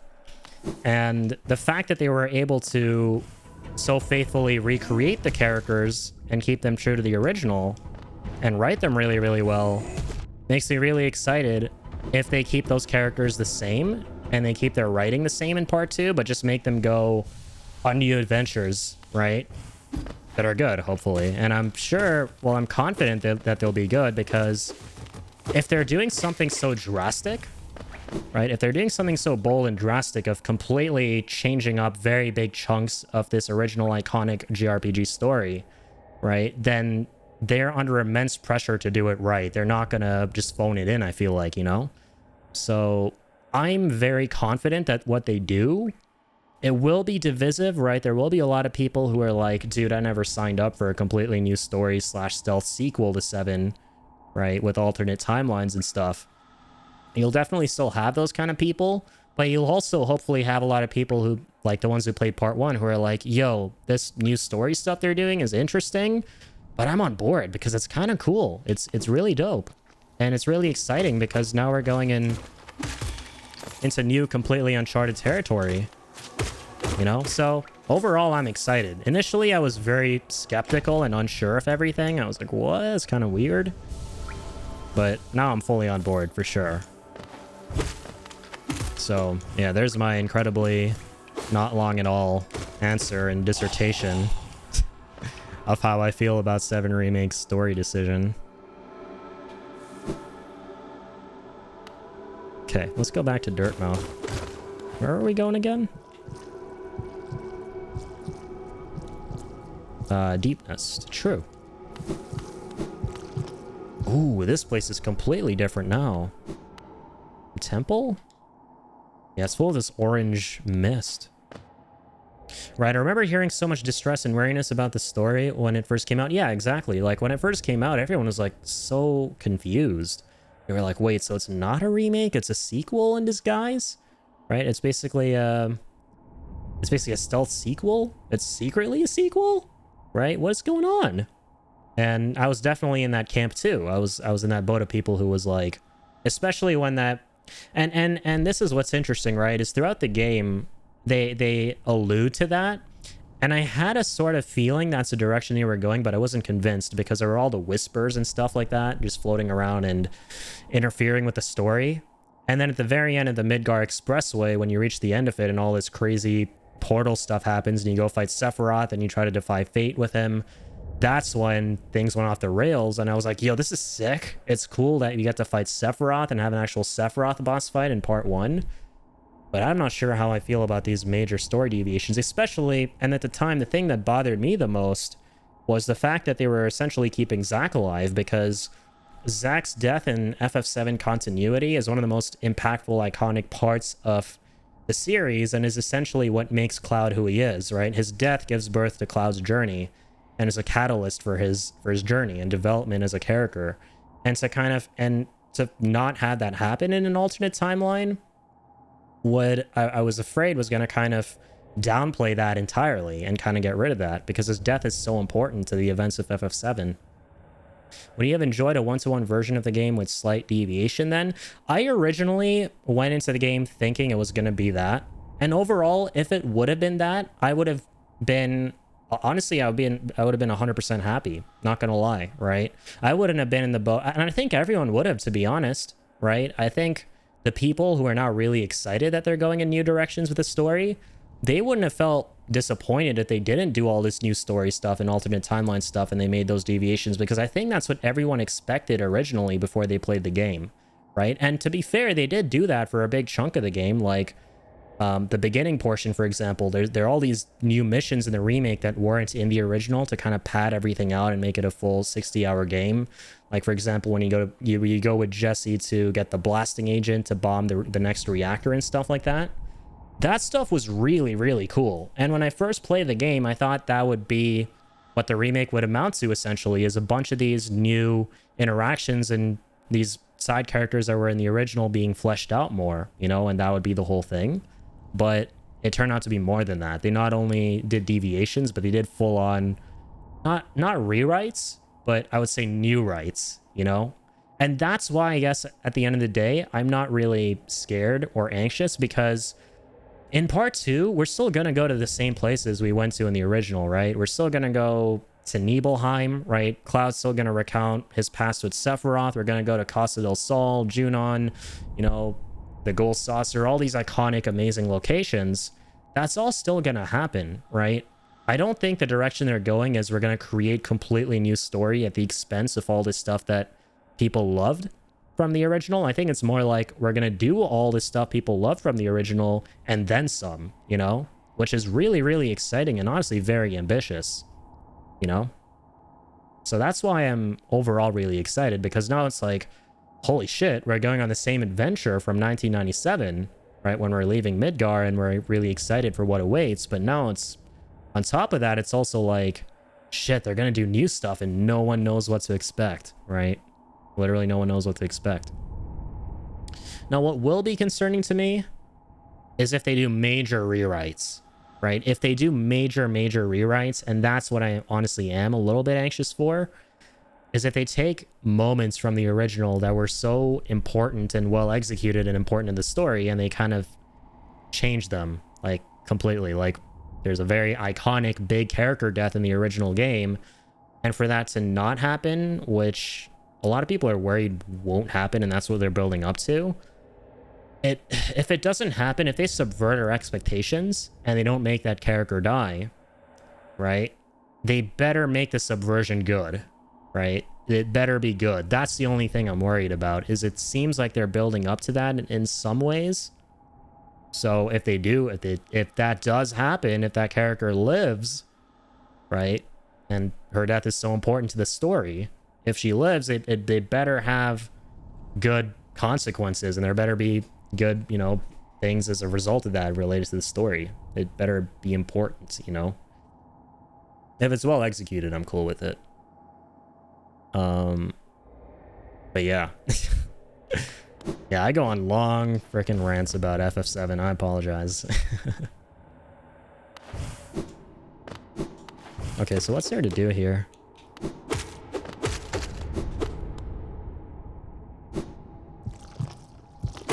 It's all good. Yeah, man. Yeah, FF7 is like my favorite game of all time. So it's like, if you even open a can, if you don't, not even open a can of worms, if you take a can opener to a can of worms, which is FF7, I'm gonna be like a broken record.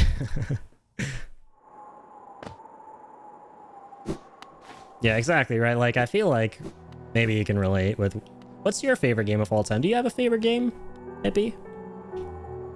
Would you say you have a favorite game of all time?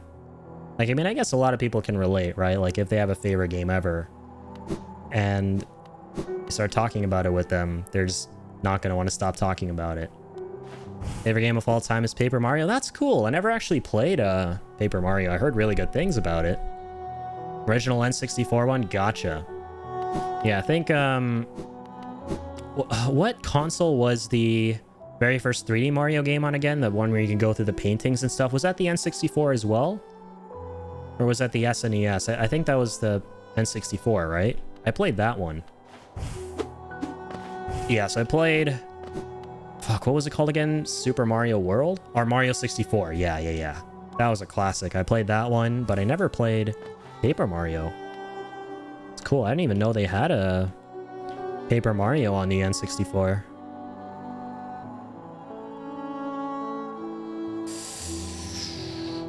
Huh. Where are we going again? Oh, it's true, Deep Nest. Right, we're playing Hollow Knight, I forgot.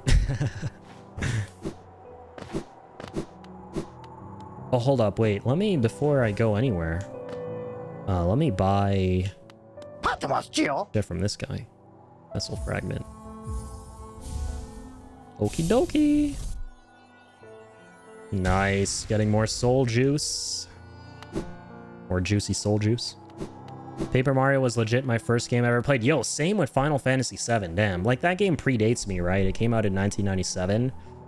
But because I have an older brother who's like 8 years older than I am, he had all these old games before I was even born. So I grew up playing a lot of shit on the PS1.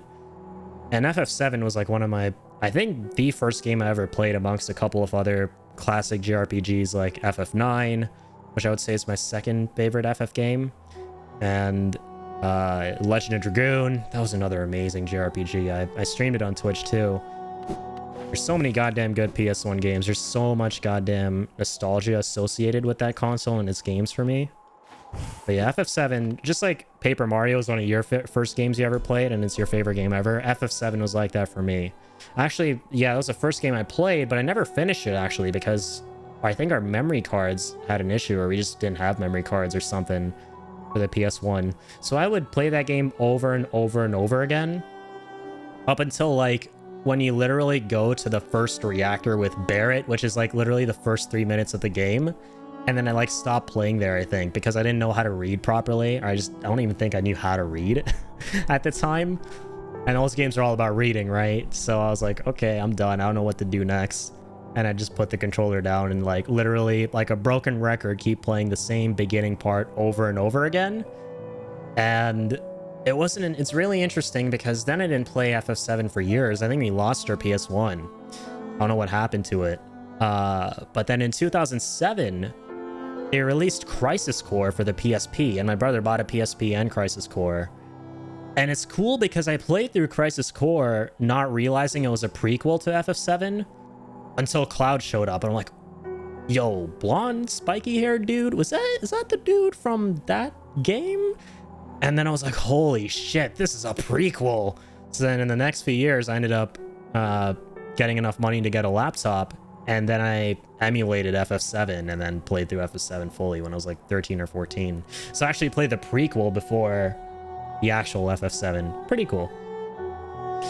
I'm a big fan of turn-based games. Yeah, same, man. Turn-based, dude, and I have a whole backlog of turn-based games I want to get through, like a bunch of the FF games I've never played, and Chrono Cross Remastered.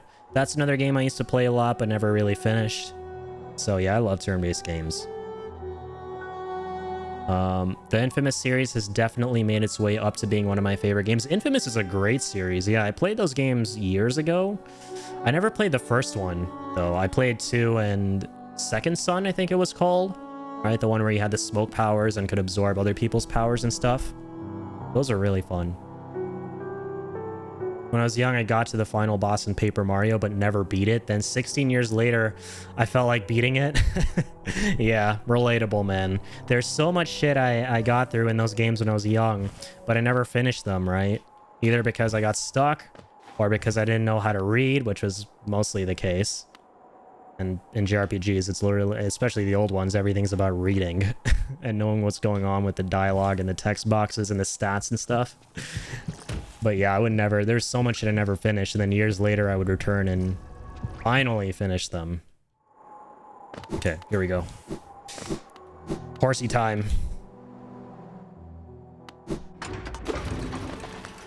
Let's get it.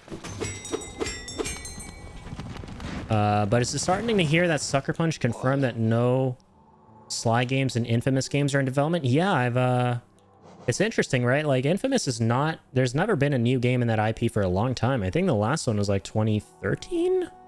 Was Second Son in 2013 or 14? That was a long time ago. It's interesting how they never did more. I mean, Infamous was a great series. They did really well, if I remember right. Like, Infamous Second Son sold a lot of copies.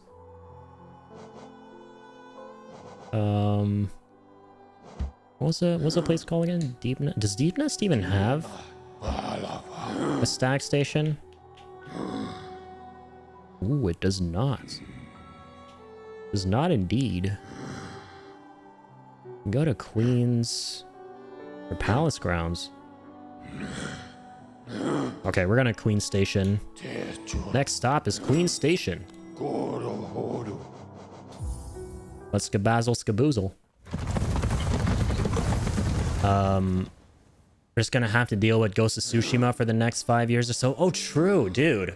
That's right. I keep forgetting Sucker Punch made Ghost of Tsushima. The same guys that made Infamous made Tsushima. That was a great game, though. But honestly, I don't see how they could do a sequel. Like, is that just me, or I feel like they told everything they had to tell, right? Maybe they could do a different character in a different period, or, you know, the same period. But I don't know how they would do a follow-up or a sequel to the first one. I guess it would... Yeah, they would have to follow a different character.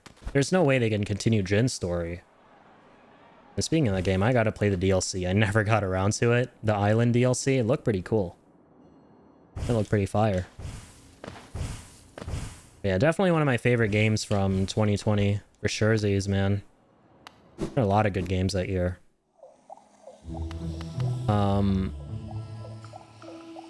Right, yeah. I forgot about that. Second Son was the launch title for PS4. Yeah, so that has to mean 13 then. Yeah, it's almost 10 years. Holy shit, man. Fuck. What is even time anymore? It's hard to believe that 2013 was 10 years ago. I thought 10 years ago was 2000. What is going on? Fuck. The time overlords are messing with the timeline again.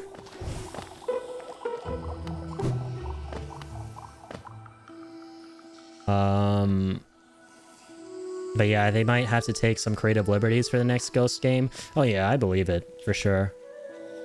I mean, I'm fairly confident they're gonna do it, right? Because Tsushima was highly successful. And they gotta make that sequel. Got something successful. Gotta get some of that sequel sauce, the sequels.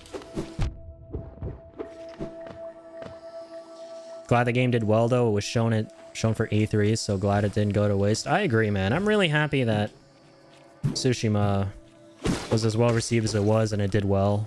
Because it was a genuinely fun game. And what's interesting about Tsushima, right, is maybe with the exception of the ghost mechanic, where you could just halt time and go around assassinating people in the most badass way possible, there wasn't really anything unique or original in the game. It was a pretty standard run-of-the-mill open world game a la a Ubisoft title, right? Like, go around, interact with a couple things, liberate a few outposts. It wasn't anything too special. I think it was just the aesthetic and the gameplay that really carried everything, you know? And they did so well in that area. Like, aesthetically, it was just an absolutely phenomenal game. And I think, and the developers are so wholesome too. Like, didn't Sucker Punch become ambassadors for the actual Tsushima or something? And like, they restored a couple of temples there that were desolate and decrepit and stuff. Yeah, that's really cool and wholesome.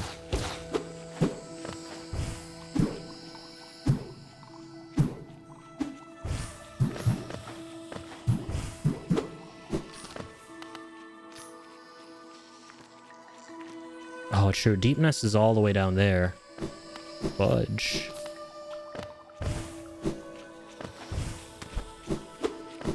Going the wrong way.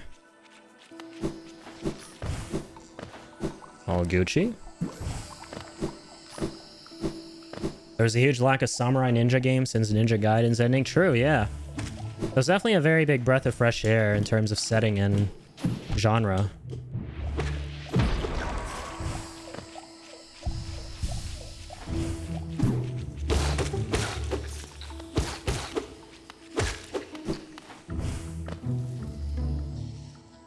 Okay. Got a skadoozle down here again. Yeah, what about you, Hippie? What games are you excited for, man?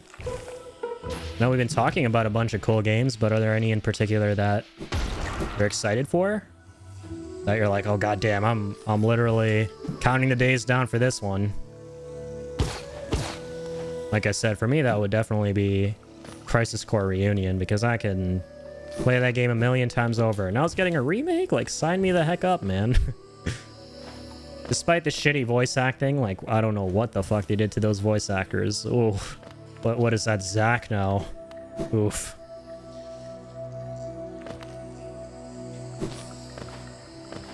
Still love the things, even though they're imperfect, you know? I guess Pokemon Scarlet and Violet. Oh, that's cool. Yeah, it's been a hot minute since I played a Pokemon game. I heard that one Arceus game was really good or whatever it was called, right? Like they tried to take Pokemon into a legit open world direction for the first time. That was cool. I gotta try that out. Yes, sir. You and me both, man. FF16. Hell yeah. I am really excited for FF16. Funnily enough, I never actually played 15. I think it was just... I couldn't really get around to playing it. I mean, I just didn't feel like it. The setting didn't cut it for me. The gameplay didn't look that riveting. But apparently the Royale Edition is supposed to be really good, so might have to give that a shot at some point. If I'm being honest, I don't have a whole lot of experience with the newer FF games, with the exception of obviously the remake and Stranger of Paradise, even though Stranger is a spin-off. Whatever they decide to do, another mainline console based Monster Hunter. Oh, that would be sick. Yeah, I played a bit of MH World, and that was really fun. I haven't tried Sunbreak, though. I think that's the new one, right? Definitely love Rise. Yeah, I never played that one. I played... I think World was the latest one before... Or the latest one before Sunbreak, right? If I'm not mistaken. And I think Sunbreak is only on Switch. Like, is it on PC yet? I think I heard they had plans to put it on PC.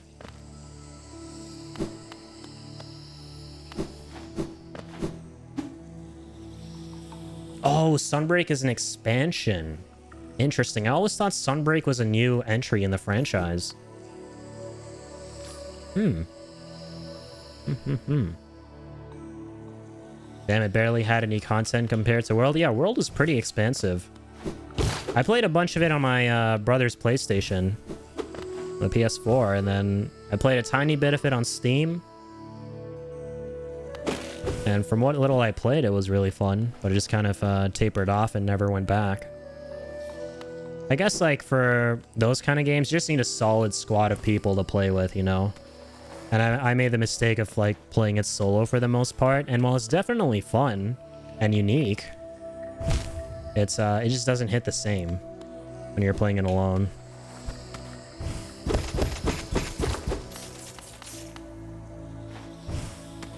It's on PC now? Oh, cool. Yeah, because I remember it came out on Switch first. It's cool like that it's on PC now. Okay, am I scooting around the right way? Oh, true. Level design shenanigans. Thought that black beam was an actual wall I couldn't go past. So cool how I have respect from all these NPCs now that I beat them here. Okay. We're back in Deep Nest finally. Ooh. That shiny piece of soul.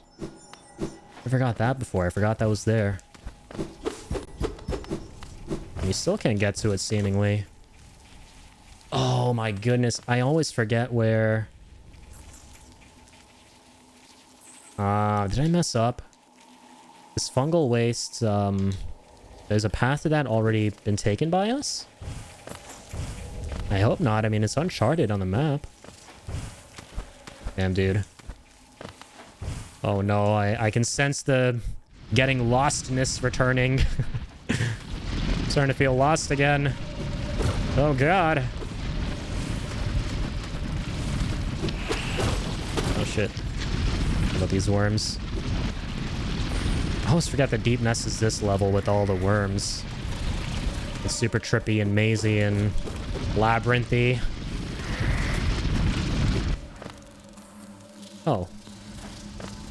Not too bad right now. I guess with double jump, things have changed. Didn't have double jump here the last time. True.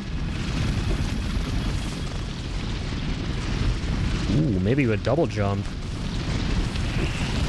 I'll access this. I mean, that's why I'm here. Maybe go up here this time.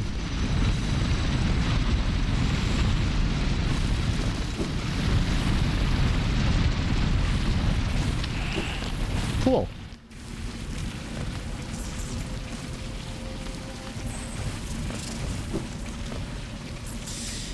Yeah, nothing new here, actually. Fuck.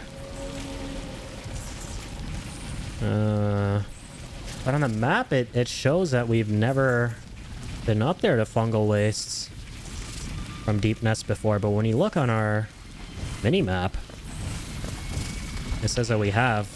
That's kind of trippy. It's all good, though. We'll find out the secrets. Ooh. Oh, that jump. Yes. Now I remember this part of the level.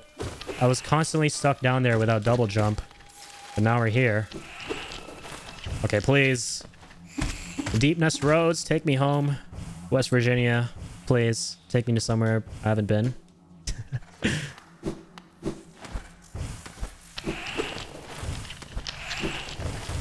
Okay. Here we go. Nice. We can break that. Always love me some breakable / illusory walls. Ooh. Yeah, this part of Fungal Waste is definitely new. Ooh. It's a new level entirely. No way. The corpse of a mossy vagabond overcome with infection. And all these orange globules are back.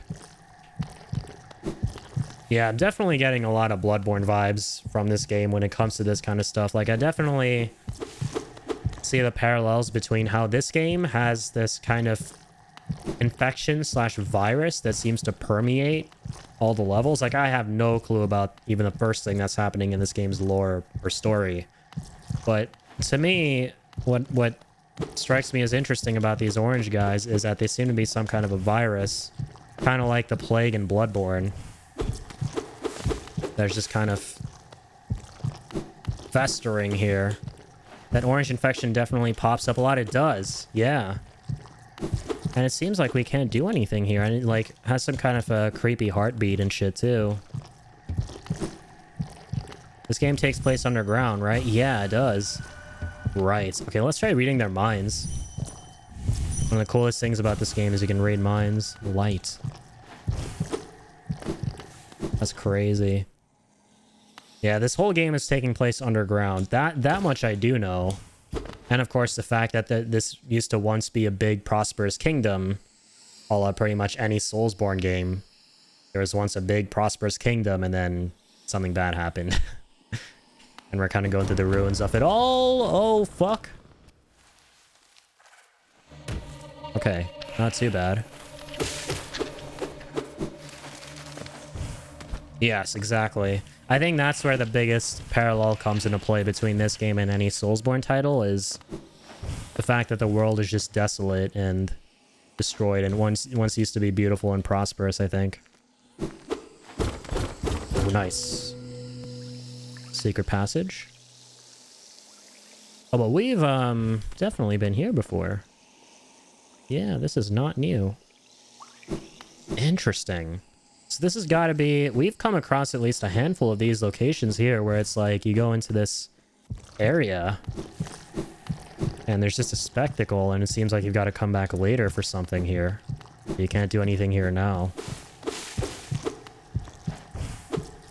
Yeah, this definitely seems to be the disease that has ruined everything, right? Or at least, at the very least, something that was attempted to be contained by this character named the Lost Kin, because as soon as we defeated the Lost Kin in that dream dimension, and the Lost Kin was summoning all of these orange things during the fight, all these orange things started popping up elsewhere in the world. It's exactly like how in Bloodborne, if you've played it, when you kill Rom in the lore of that game, the big vacuous spider is essentially the glue that is holding the world together and preventing the Great Ones from infiltrating and fucking everything up, essentially. And when you kill Rom, you basically open that gateway, I think, and the Great Ones are able to pass through and start messing shit up. Now imagine a Souls game where the world isn't desolate. Now that would be sick. Now that would be, in my opinion, the new frontier for, or the next frontier for From Software, you know? Making a game where everything in the world is actually bright, vibrant, and you're exploring everything at the height of its, at the peak of the civilization. And not after everything has fallen and during the aftermath of it all. That'll be hard to do too. It'll be very ambitious from a design perspective because you need so many NPCs. You need everything to be thriving. You need all this stuff to put in the game and program. But yeah, it looks like there's nothing else to do here.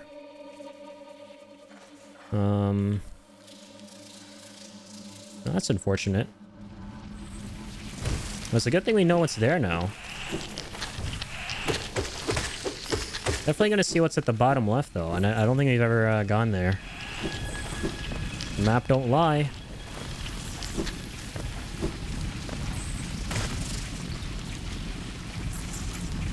Okay, drop all the way down. Oh yeah, we can definitely make it there now because it looks like there's a spot on the map that needs double jump.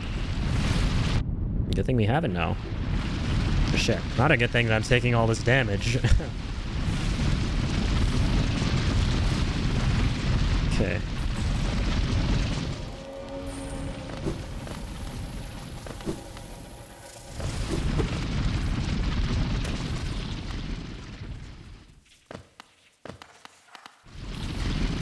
Oh, remember this place. Can't do anything there. Was something breakable? Guess not. Oh.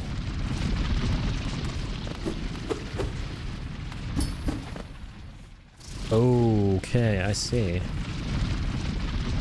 So in theory, we should be able to go from here. Yep, there we go.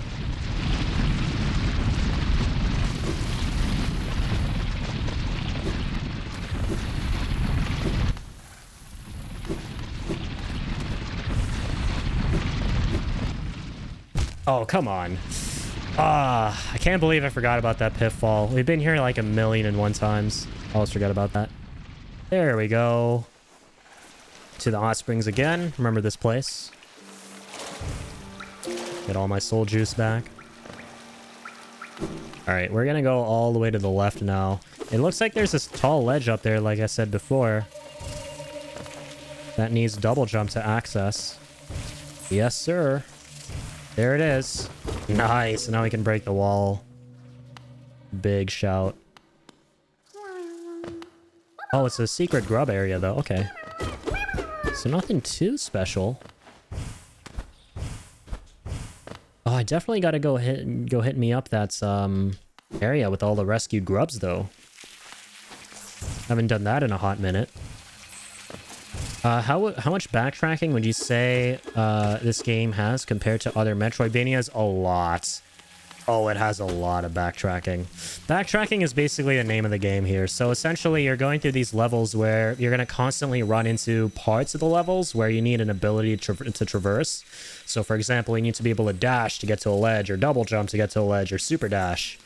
But you don't have those abilities yet, so you leave the area, you go to another level you haven't been to, fight the boss there, unlock the ability, then backtrack all the way to way back when you had to use that ability, and then use that to go elsewhere. So yeah, there's a lot of backtracking because of the abilities in the game. Definitely more so than other Metroidvanias, I would say.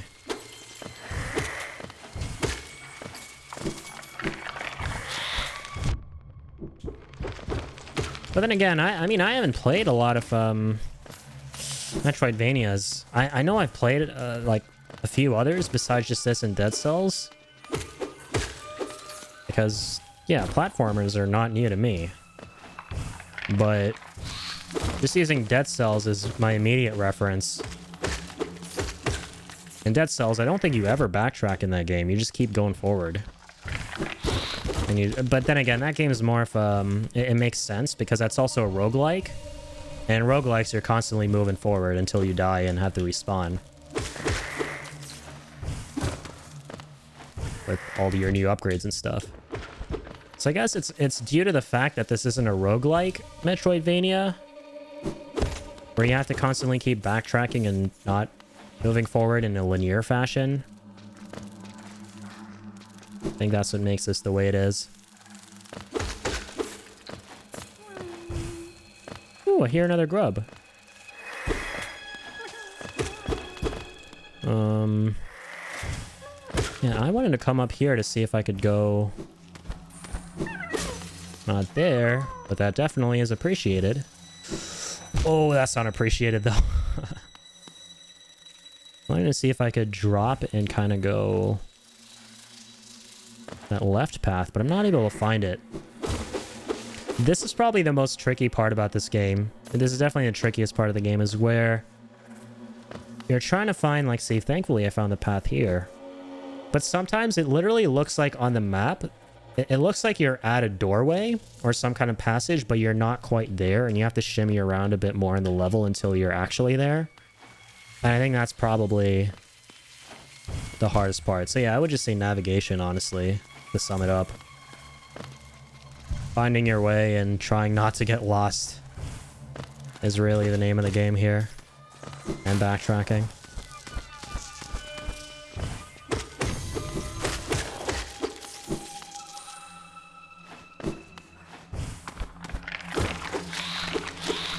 Ooh. Yeah, Hippie, I remember the other day you asked me if I could think of any immediate downsides to the game, and upon kind of thinking about it, because overall I really do love this game, but the more I think about it, I think the two biggest ones that come to mind are, and I talked a bit about this last time too, so one of them would be the map, right? Not being as detailed as I would want it to be. And the other is, considering how much fun I'm having now as compared to when the game began, the game definitely takes a long time to open up, right? It definitely takes some getting used to and finding your footing. And some getting frustrated in the game and going, fuck, where am I? What do I have to do? Oh my god, this is crazy. But once you get past that phase, it starts to get fun. But during that phase, it's definitely a little bit off-putting, even though you definitely want to keep playing. I can see a lot of people getting turned away by that aspect of this game, is like, shit, I'm getting lost, I don't have any abilities, I'm just hitting things with a toothpick. Art style's cool, music's cool, but that's kind of about it. What else am I doing here? You know? Right, the legend of the map is definitely lacking, you would say. Yeah. I mean, I can open a bigger map, and I have more details on this, and it gives me a legend and everything, which is super handy. But I mean, in terms of, like, kind of what I was saying earlier, where, let's say I'm right here. On the map, it would tell me I'm right underneath a passageway. But it's highly possible, and it's happened to me so many times before in this game, where I could, in fact, be all the way, like, over here. And the map would still show that I'm underneath that passageway. So sometimes the map is kind of wonky and inaccurate. And it can be a little bit hair-pullingly frustrating.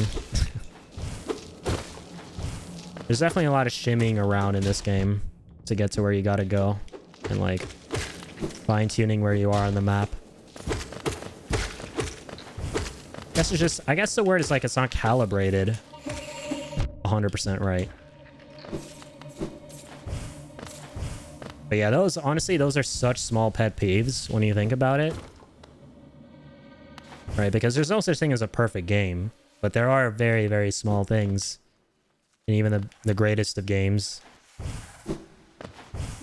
That's go to show that, you know. Okay, let's update the map there. Okay, so we somehow made it all the way over here. But it was not where I wanted to go exactly. Yeah, like, see, I think I'm about to show you a very good example of what I'm talking about with the map.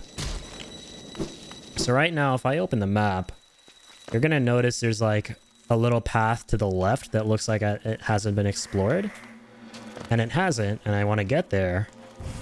But trying to find exactly where that entrance is in the level may not be 1,000,000% accurate to the map.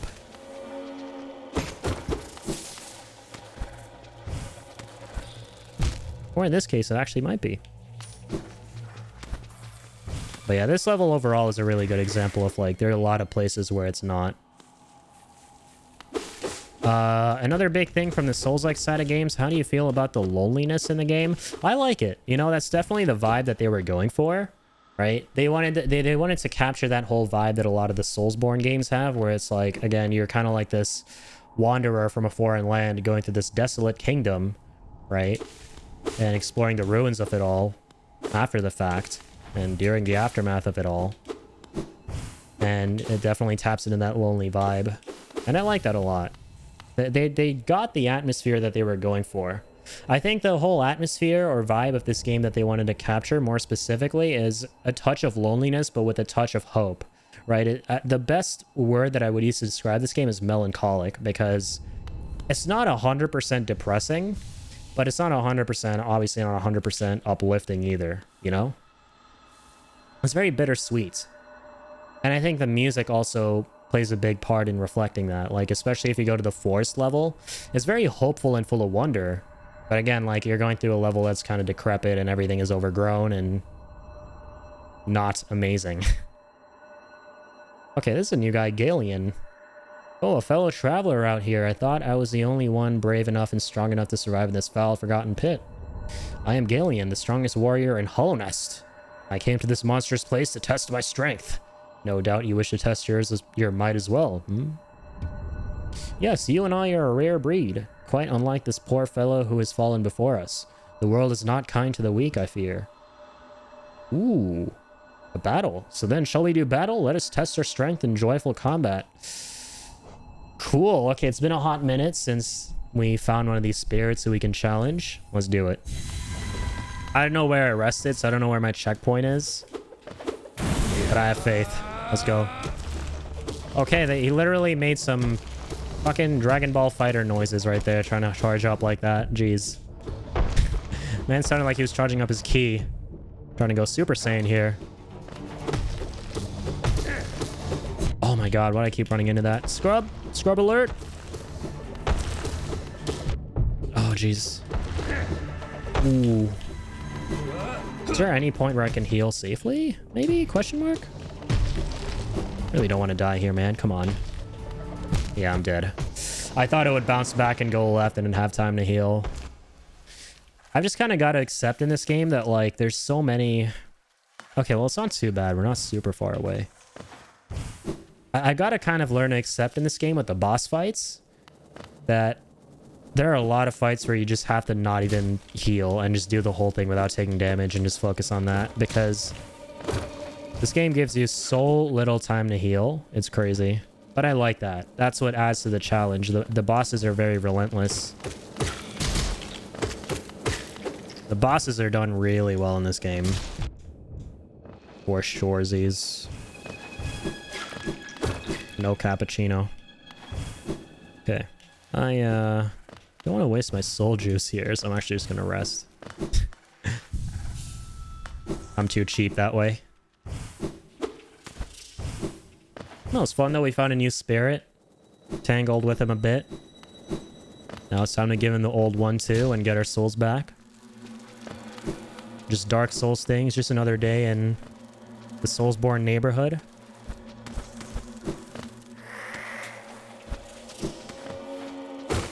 But yeah, hands down, this is the greatest indie game Souls-like of all time, in my opinion.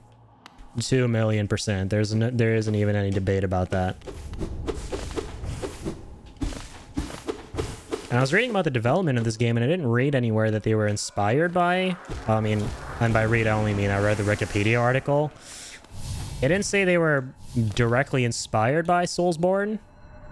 And that makes sense, because this game was in development during the time when those games weren't as popular. I think the game at the time was, when this started development in 13 and had a whole Kickstarter and everything, was Dark Souls 1 and just Demon Souls. There were only 2 games. Which, yeah, that's crazy, damn. Hard to believe that there was a time not even that long ago when Soulsborne games weren't the industry, like, gold standard. Okay. Time to focus. And a determination, pencils, and sheer fucking will. Just kidding. Actually took quite a bit of a beating right there.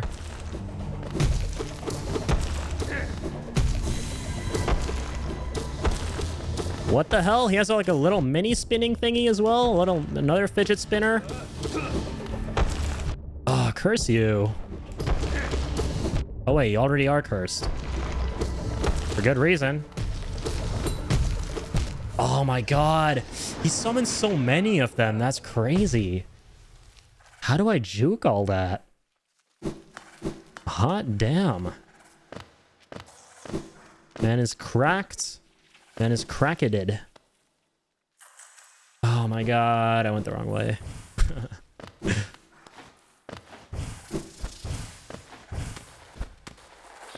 Hold on. Oh, true, yeah, I gotta go this way. I remember you were saying this game took forever to finally be realized. Yeah, and it makes sense, right? Like, it was only 3 people who were working on it mainly. Which is still, like, I still can't believe that. That's hella impressive. There was, like, 1 designer, 1 scripter, and another guy who's also designing. I think 2 designers, 1 scripter. Or, sorry, art. My bad. And they got a 4th guy to do the music. So, technically 4 people. Or was it? I don't remember. I gotta look that up again. If the guy who did the music was one of those 3 guys or if it was a 4th. I'd imagine a 4th because due to how high quality the soundtrack is in this game, I'd imagine it took like a lot of manpower to get that done.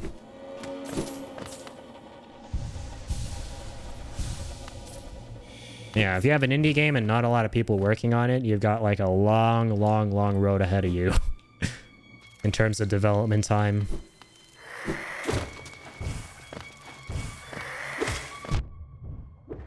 Like the development history of Stardew Valley, which is that one guy, Eric Barone, sounds like a horror story to people who don't have discipline, aka me.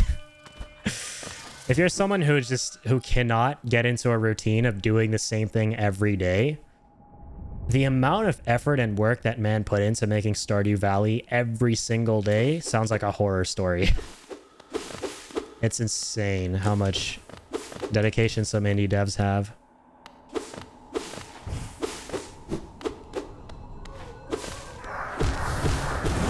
Okay. Heal up. You don't have to fight him. That's what's interesting. You can just go by him. More of a challenge. As a fellow game designer, what is one idea that would most likely change the scope of gaming? That's a really good question. Like, I honestly think that in order to kind of go to the next scope of, or the next frontier of gaming, to broaden the scope and horizons and what is possible, would be through VR. I think VR is the next big frontier, and we're only just starting to tap into the potential of it, you know? It used to be very, like, prototypical in, like, the early 2010s. Like, there was nothing too crazy about it. Just, like, a couple of Oculuses here and there and, like, ways to play a couple of games that were already out through VR. And most of them were just horror. And now it's kind of the same thing, but it's getting better. But now it's getting crazier. Now it's getting into serious... Like, people are taking it seriously now, right? It's not just the next frontier for games, it's the next frontier for almost everything. Like the shit with Metaverse, for example, and Facebook, and what Zuckerberg is out here trying to do, like all that kind of shit is goddamn, you know? It really is the next leap, I think. I feel you that VR is the next step. Yeah, but I still rather not use VR for now anyways. I agree with you, man. I think that VR, as it currently stands, is still very overrated. That's just my opinion, right? But I definitely do see the potential, and there is potential, and people are tapping into it now, right? And it's about to become bigger than it's ever been, you know? Like, I've tried VR, right? I've tried it a few times, and I'm like, it's cool, but it's not, oh my god, like, mind-bending crazy cool. And honestly, it's a bit clunky, because the headsets are so big. I think that not only do they need to improve the technology itself, but also how compact it is, like how convenient it is to wear. You know, they gotta focus on making that shit smaller, because the end goal of a lot of hardware is to make it as small as possible, but as powerful as possible, you know? Like the phones we have and stuff, and the processors and everything.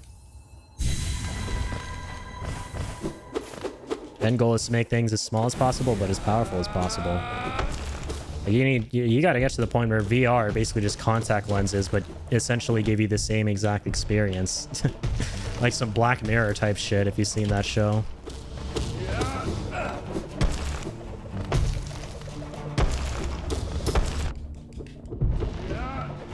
Oh, come on. But yeah, that's in terms of hardware. And software, I'm gonna tell you in just a second. Like, if I were to make another really big game, and I thought about making a game with a team of people that's kind of like this. Okay, I can tell you now because I got absolutely smoked. In terms of... Did I say software? That's not the right term. In terms of mechanics, right, for a game that could broaden the scope of video games, right, and make them more immersive and make them cooler. And one game was actually way ahead of its time that did this, but never really tapped into it any further beyond its sequel. And unfortunately, that company it owns the patent to this mechanic. It's a patented mechanic.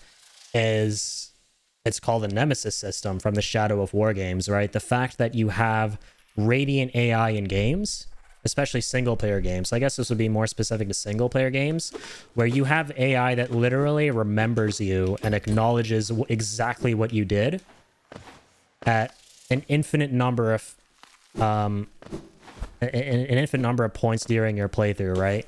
Like in Shadow of War and Mordor, if you get killed by if an orc kills you a certain way, right, that orc gets promoted, that one NPC remembers you, they remember how they killed you. And that's true for like literally every single enemy in the game, right? And I think that concept is fucking amazing. I think it's really cool and has so much potential, right? Because I still feel like, and even though there are granted a lot of games, they're stepping away from this, I still feel like in terms of AI and AI kind of AI interactions with the player, in terms of not, you know, when they're trying to fight you and when you're trying to fight them and their enemies, and not in terms of combat, but in terms of how radiant they are, in the sense that like how they acknowledge you and how they react to you and how human-like they feel. I still think we're very primitive when it comes to that. And I think that's also the next big thing. I've always thought about making a game where it's like all about your interaction with the NPCs, right? And the NPCs are kind of the gimmick of the game. And it's like a space game, and you've got to kind of like...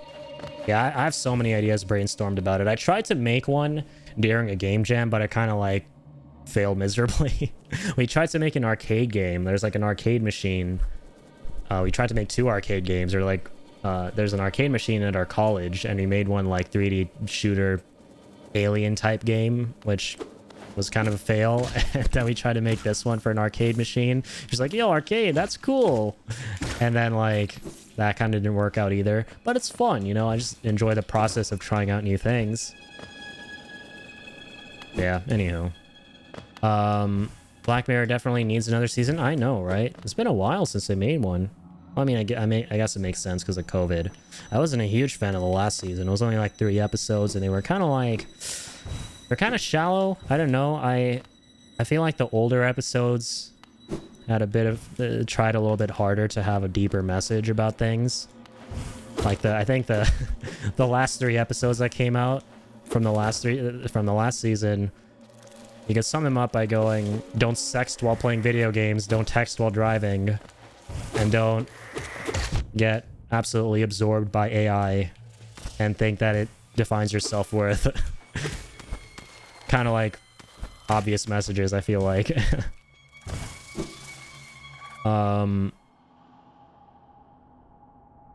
don't even know. That was a patented thing? Yeah, I didn't either, actually, until not long ago. My brother actually told me about it. He was reading this article about mechanics in games that you'll be surprised are patented by the developers. And another one, get this, another one that's really surprising, and if you think about it, right, when you first hear about this, you're gonna go like, what the fuck? That's not possible. But when you think about it, it makes sense. Another thing that's patented, believe it or not, is first-person shielding, like holding up a shield. That's right, like Bethesda owns a patent to that. Being able to shield yourself in the Elder Scrolls games. Literally no other game has done that, where you can shield yourself with a shield. Imagine that, a mechanic as basic as that. That's crazy. In a first-person game, there isn't one, right? I don't think there's any other game besides the ones made by Bethesda, like Fallout and Elder Scrolls, where you can literally shield yourself in the first person. Which is crazy to think about, because that's such a basic universal mechanic, like blocking. They own a patent to that.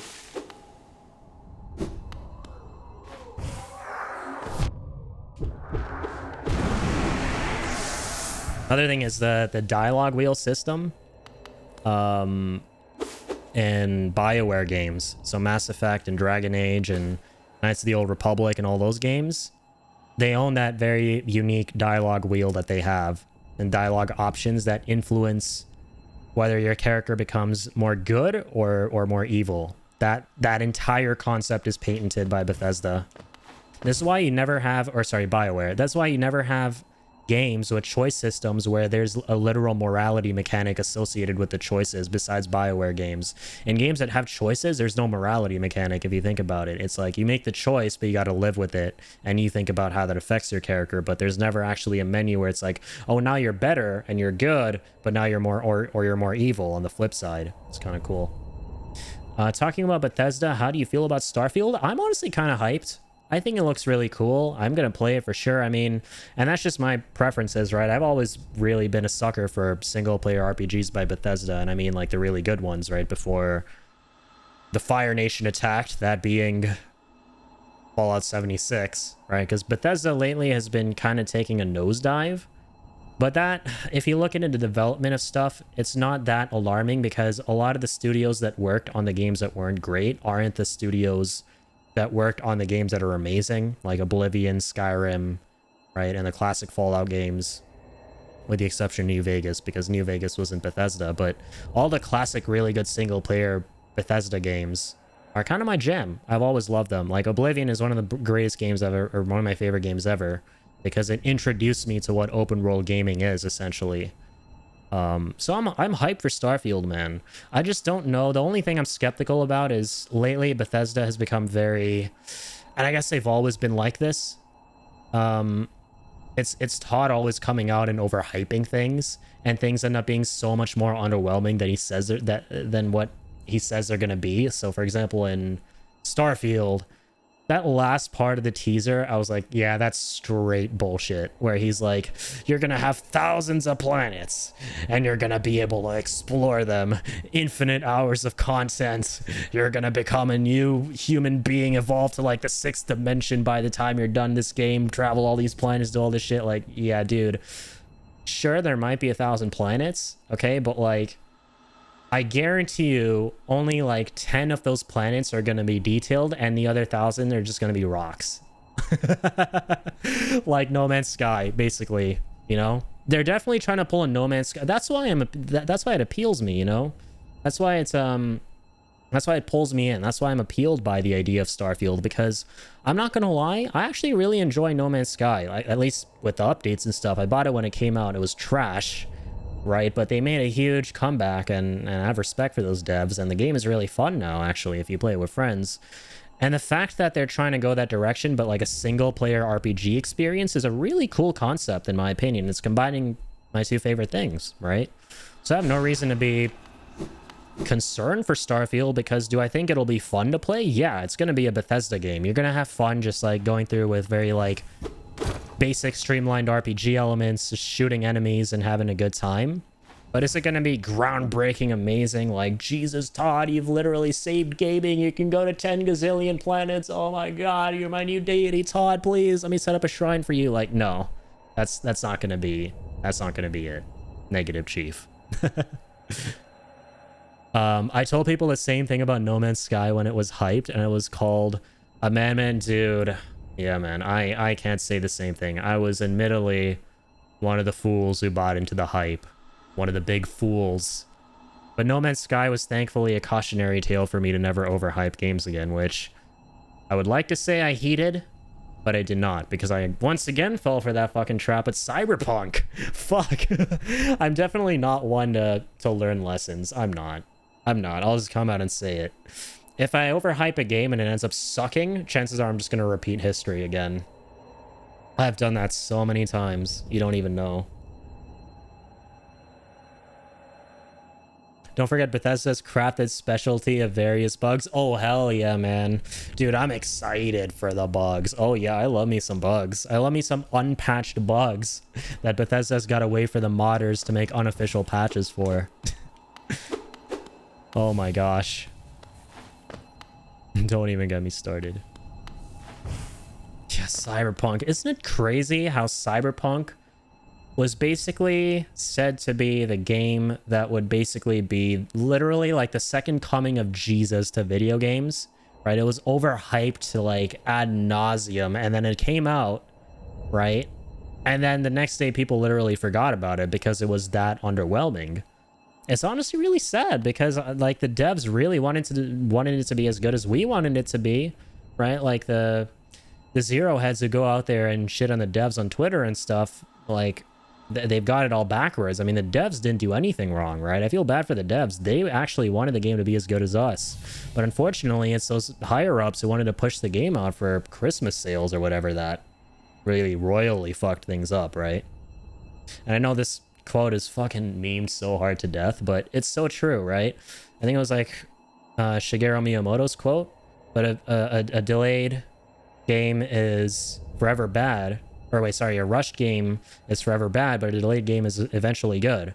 It's so meme to death and corny sounding at this point, but it's true, right? Great story, but they really fucked it up. Exactly. The story was cool. I was honestly surprised by how short it was, but it was cool. But everything else was so... It wasn't even bad. It was just underwhelming. I was like, I had this great expectation in my mind of what the game was, and then I actually played it, and I was like walking into McDonald's where you see like the picture of all those delicious like Big Macs and shit, and then you actually get the food and it looks like someone literally crapped your burger out, and it just looks like garbage in comparison to the picture. That's basically what the game was. Okay, here we go. Let's do this. Time to wreck him up this time. We're good. We're not. Shit.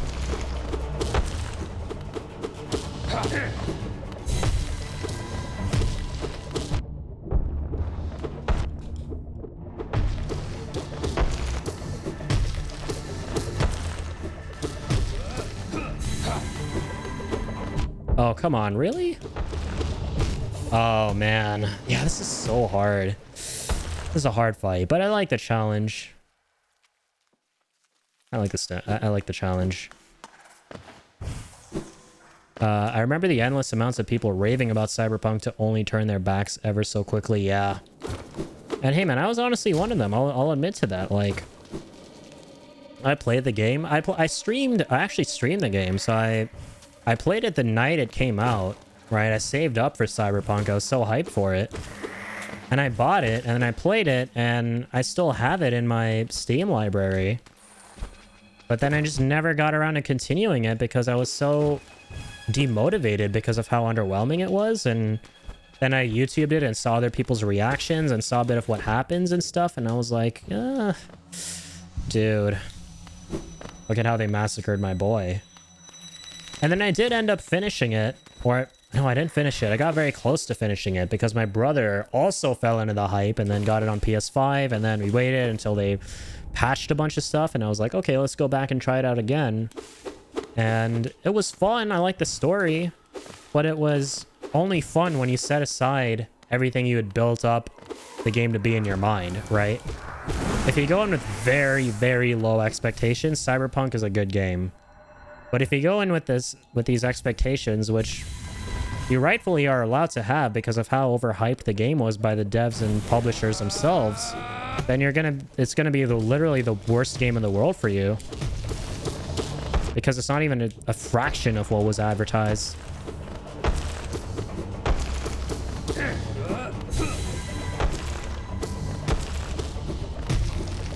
But yeah, the story was great. I mean, they nailed the vibes for sure.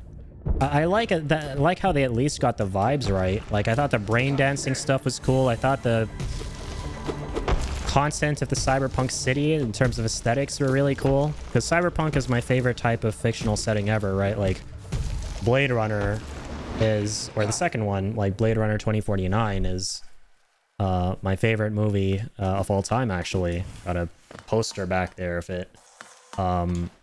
So I love the cyberpunk setting, and I think they did a good job with it. But it's the stuff that there is actually to do in the game that is just so underwhelming. Oh, whoopsies.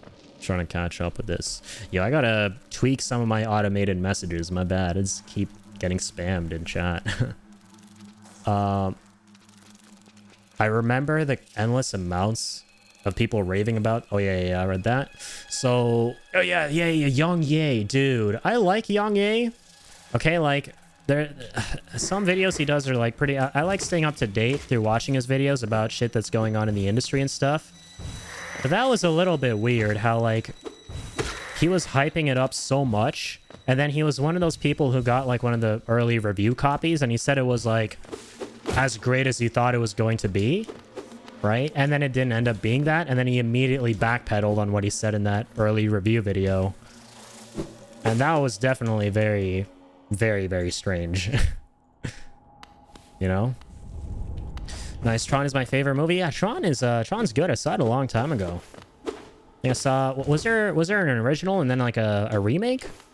I think I saw the remake, like the 2010 one. It was pretty cool.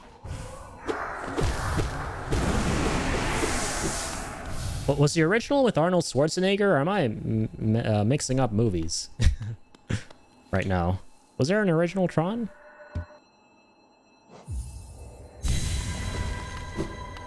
Ah, true. Tron Legacy. Yeah, that's the one I saw. I never saw the original movie with Arnie.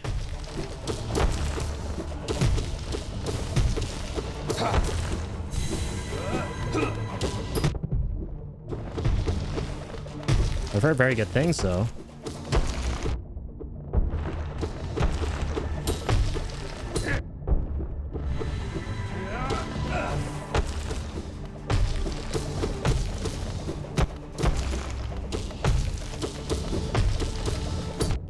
Oof. Oh, shit. We actually did it. Let's go. Let's get that Aerie Hyper, man. GG easy. Okay, maybe not the easy part. It definitely took a bit of a hot minute. Unbelievable. I am defeated at last. So this is what it feels like to be bested by Kakarot. Wait, wrong game. Still, though, I am strong, am I not? When you see our king, surely you'll tell him of my valor. Yes, he sent you here to test me, didn't he? I knew he had not forgotten brave Galeon. I'm ready to join you now, brothers. You and I. Let us leave this place together. All right. See you in another life, brother. Cool fight. Definitely not doing that one again, though.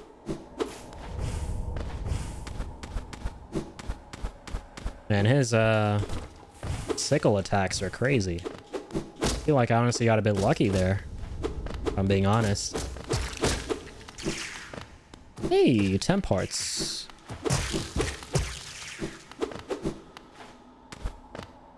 Nice, I actually got 3 of them. Yo, we have so much health right now. That's actually kind of nutty.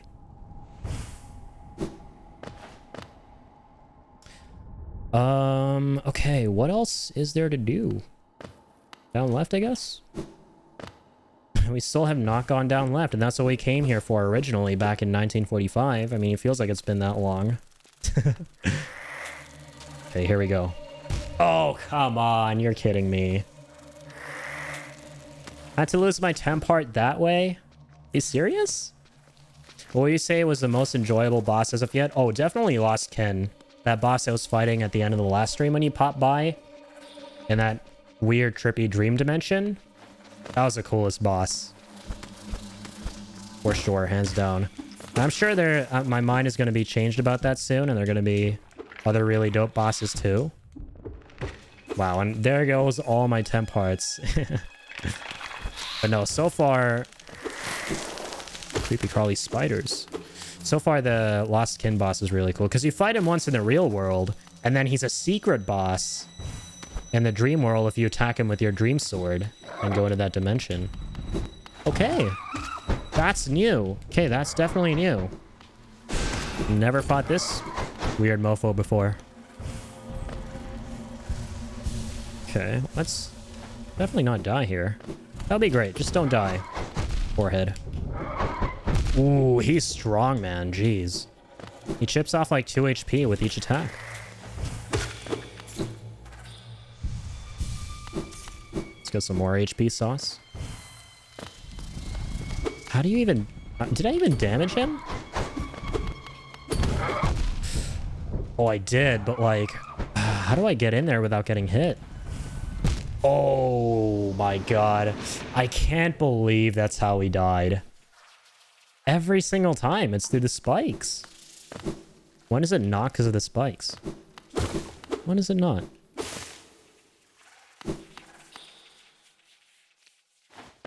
Okay, and when do we not go down here? Like, I feel like every single time, for whatever reason, out of instinct, I always keep going down that way. But that ain't it, Chief. No, sir. This way. This way, Jose.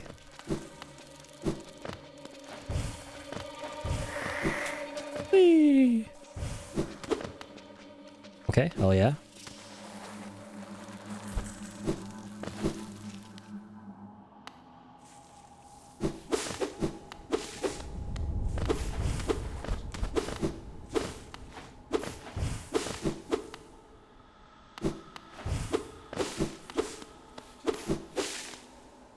My bad. My big bad. Not this way.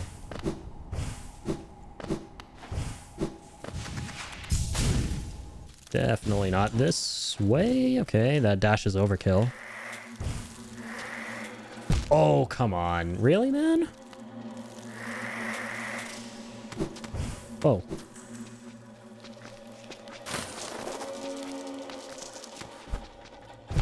Really? Taking so many hits in like the cheapest ways. Gotta be dunking me, man. Gotta be dunking. Dunking dog nuts. It's okay. Oh my god, that sounded way more messed up than I realized.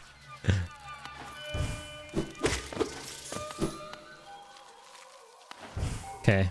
Where are my souls at? There you are, soul ghost.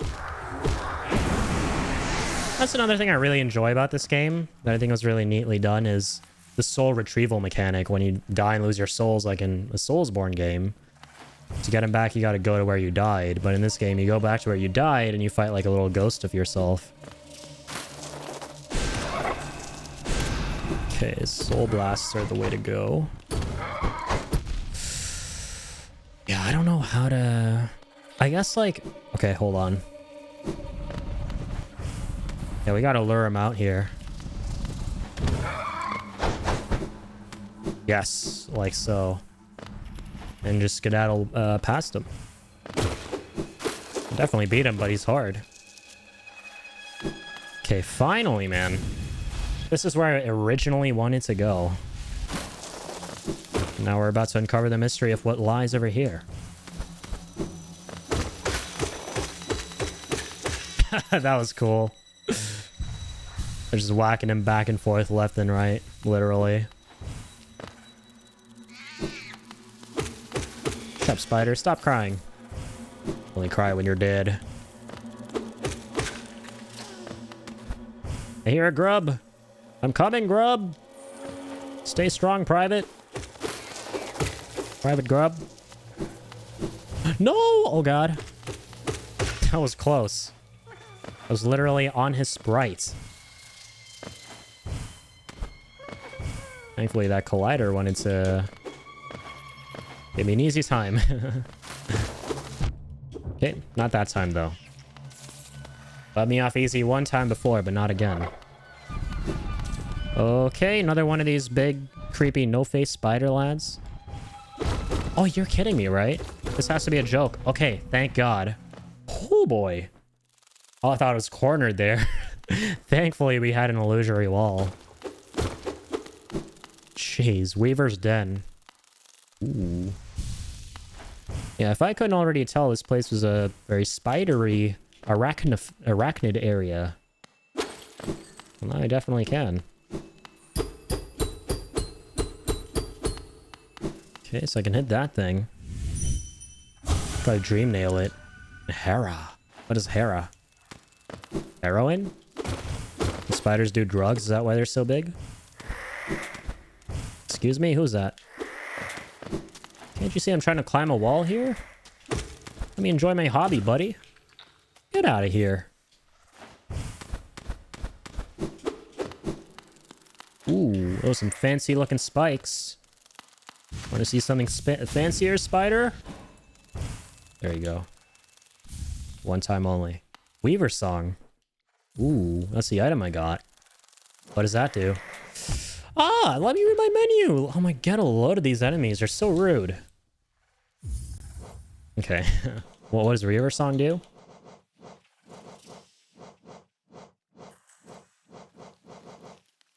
Huh. It's not even in my menu. Oh, it's a charm, isn't it? It's a charm. Has to be.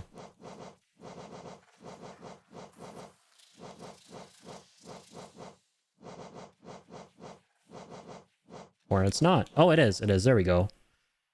Summons Weaverlings to give the Lonely Bear some companionship and protection. Oh, that's cool. So I guess we can summon those small black spiders that keep crawling around. And they kind of protect us. Princess. Interesting. Yeah, that's definitely that obligatory spider level that's always got to be in every single video game. Or Souls-like video game. Let's see what's down here. Well, that's cool, man. I got a charm, and I'll take that charm with delight. Oh, that's gotta hurt. She is. We're right into that one. Oh my god. Dude, what is with me and spikes in this game? Like a natural fucking affinity. Oh my goodness. Platform in peace. Oh, you know what? Pogo. That one's for you, Chief. Oh, fuck me. This game is just straight trolling me now. There's no way. If I die here, I will uninstall. No, actually, I won't. Not a man of my word. Rancid egg. That's it? That's what we get for all our trouble? Oh my... Okay, fine. You know what? That's okay. At least I'm up here again. Who was that? Oh no. Oh, this is a really bad thing, actually. Because there's no way out of here other than... unless maybe there is. There's no way out of here other than that path with that huge spider with the giant cleavers or whatever that creature was. Right?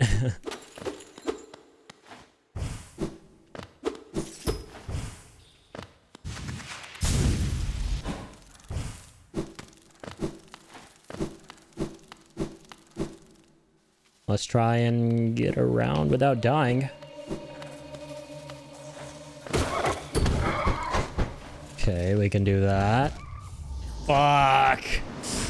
I didn't know he could do that. I didn't know he could come into the next level. Oh, I took a risk and I paid the price. I thought I could cheese him there. Like whack him on the ass a bit and then dip and then go back and do some more of that. But nah, he just follows you. The devs knew, man. The devs knew. The devs knew I would try that. I had it coming. That was on me. Oh, man. That was a very tragic moment. Well, I don't know how many souls I had there, but I think it was quite a few. I'm not planning on parting with them today. It was well over a K, maybe?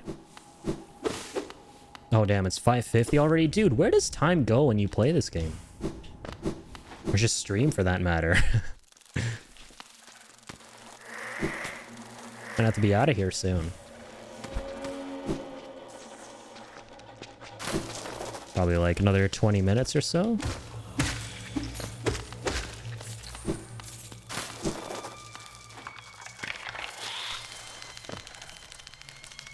There we go. At least we've unfogged this area now that we died and rested and shit.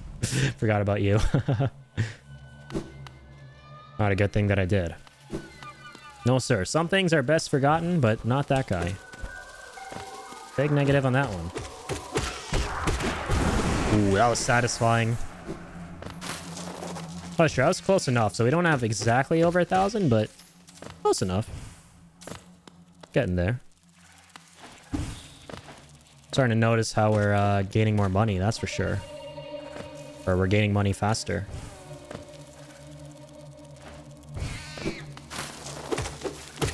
Right, so this place right here we have not been to. Allegedly. Ooh. Dreamcatcher branch. Definitely want to grab that essence. Don't miss out. Everything must go. Or everything must be mine, more accurately put. Oh. Get out of the equation. Okay, what is with all these floors crumbling and breaking? Right beneath my feet. Remember that happening? Dude, what? I don't remember that happening.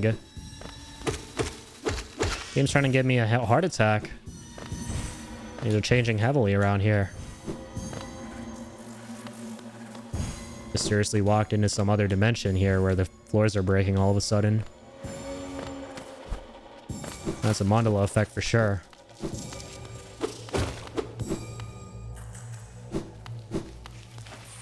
Alright, where's the rest? Nice, big pogo. Okay, there's another one of you. Did you just spawn out of thin air? What? Where did that other guy come from? Okay, no you didn't, game. There's another one of these bozos here. Are you joking on me right now? Are you dunking me? I can't even get past him during my invincibility phase of... Oh, Jesus. Oh, but it's cool. My bad, I zoned out. I forgot we got our souls back, so we're good. We die here, but I'd rather not. I'd rather not die. Let's not get too comfortable with that notion. Nice. Okay, they're not too bad, honestly. Not too bad. I was under the impression I couldn't pogo them. I guess I was just messing up the pogos. Oh, damn. Is that not the last one? Oh, but nice. So now we have over a K with essence. So we can actually go back to that lady and give her the 1,000 essence. Okay, where do I have to go for the last one? This area is kind of tricky in terms of finding all this essence. Ooh, still quite a bit left, actually. And how do we get to that grub? Oh my god. Yep, this is where I was earlier and bit the dust.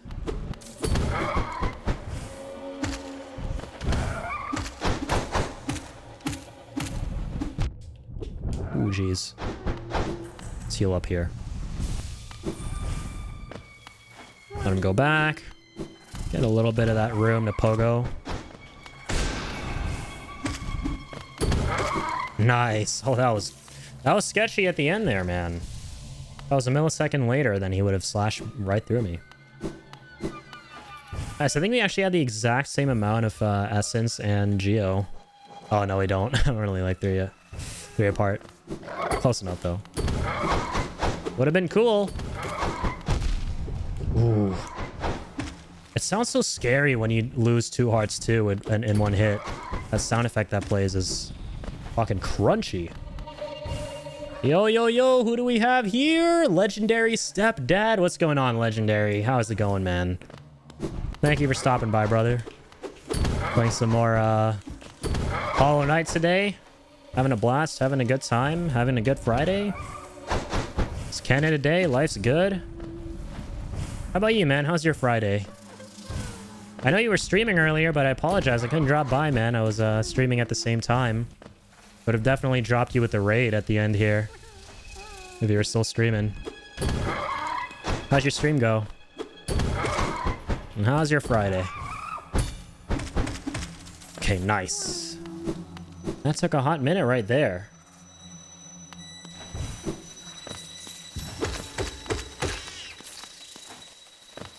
Okay, let's grab that one essence. How much more essence is there in this level? Holy crap. So much. I feel like we've been collecting this for like a gazillion years. Yo, Hachang, what's going on? Hey, sweetie, I got a lurk, but I'll try and make it back to chat at some point. No worries, man.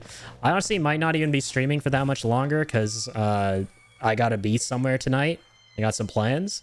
So I might only stream for like another maybe 20 or 30 minutes. But it's totally cool, man. Thank you so much for stopping by, and I appreciate the lurk. Hope you're having a good one. Hope you're having a good Friday, dude. All good. We was on Fall Guys and Street Fighter. It was great. Oh, that's sick. Yeah, I saw your announcement on Twitter for Fall Guys. Yeah. That's awesome. Glad you had a good time, man. Yeah, I never played Fall Guys myself. But hey, man, someday I'd be down to collab for sure. I've never actually played that game, and I've always been meaning to play it. But it's a pretty good time when you have a good squad to play it with. And which Street Fighter did you play? Oh, no kidding. It's free? Yeah, I gotta try it out for sure then. Thought it was a paid game. That's my bad. Yeah, definitely gotta give it a shot.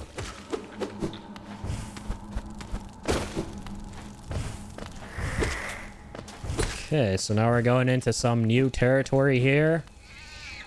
A bunch of more creepy crawlies. We shall not escape my wrath. Or maybe they shall. Fuck. Get out of here. Trying to interrupt my quality time with Twitch chat. Damn, these spiders don't let up. It's a very big spider level. Thank goodness I'm not arachnophobic. Here, spiders has gotta suck. It's something different to play, kind of addictive. Well, yeah, I believe it, man. I believe it. Yeah, I remember the craze around Fall Guys back in like 2020. I think at the start of the pandemic, everyone was playing it. And then Among Us took over, and then Among Us kind of died. But I remember I used to watch a lot of Fall Guys. Definitely looked fun. It was basically like that one reality show, right? Or the game show or whatever. Knockout or Wipeout, except it's a video game. With, like these cute little characters. That's what I've always understood.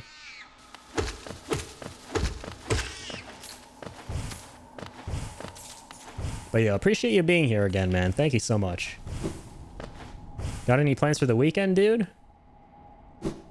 Got any cool plans for the weekend? Ooh, who's that? Mask Maker. Who's this person? Does it mask your face upon the creature? In Hollow Nest, a difficult thing it can be to decipher. Wait, what? A wonderful thing to have, a face, not a thing with which we are all blessed. For this kingdom's faceless, I shall provide. A mask, a face. Does it need one? Does it not? To define, to focus, to exist? Stop talking in riddles! Can you make a mask or not? It's like a broken record. She keeps saying the same thing. Let me read her mind with my dream sword. Does it know if the face it hides beneath? Such remarkable contrast the worm conceive. More cryptic lines. Dude, there's so much mystery in this game. Like, I swear, I've been to like a gazillion different locations at this point in this game where we've talked to characters who talk in riddles, or we just encounter these objects that are confusing and we don't know what to do and we just leave and go somewhere else. That's been my whole experience with this game up until this point. But it's cool though. I mean, I feel like we're gonna understand everything the more we play. It's part of the fun, is uncovering the mystery of everything.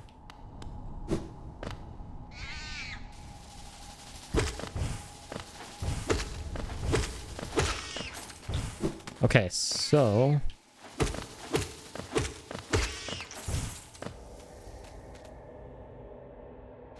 is there anywhere else I can go from here? I don't think so. Might have to dip. Go back. See what's the time. Ooh, 5:57. I want to keep playing though, but at the same time I really have to dip. This game gets so addicting. Just like what you're saying about Fall Guys. Games be addicting, man. I can't remember being addicted to a video game since I was like 16 years old. Video game addiction was a thing of the past, for me at least.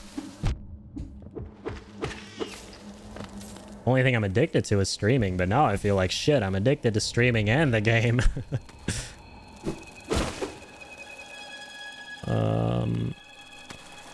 Okay, well, we can go here. And then check out what's at the bottom left. Did we go there before? I can't remember. Get the fuck out of here, spiders. Don't belong in this domain. Even though you totally do. I don't belong here. Shit, I'm trespassing.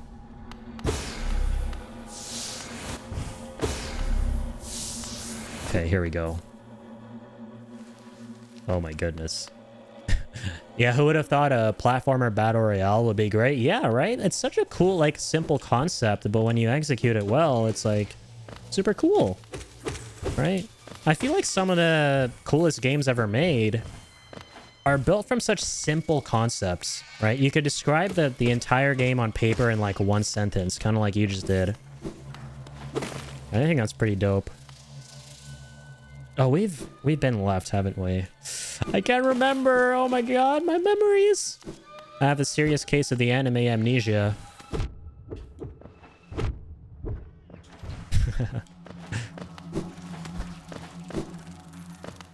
Oh my god. Okay, yeah, we've definitely not been here.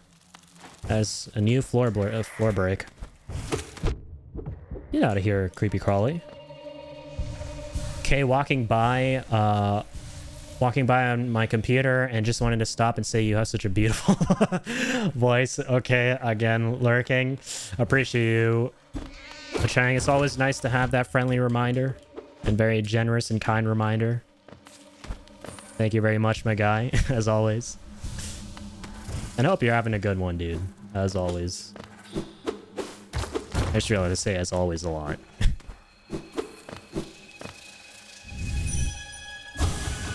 Now, only if Nintendo would have Mario 35 would have Mario 35 as permanent. Well, is there... Wait, there's a Mario 35? That's interesting. Never heard of that one.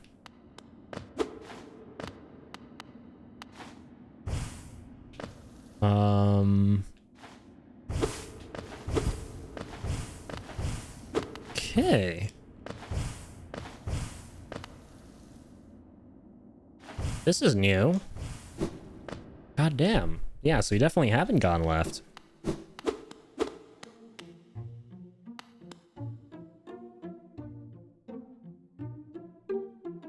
What have I walked into? It's like the Deacons of the Deep from DS3, but friendly music and good first impressions. What is this? Wait, what?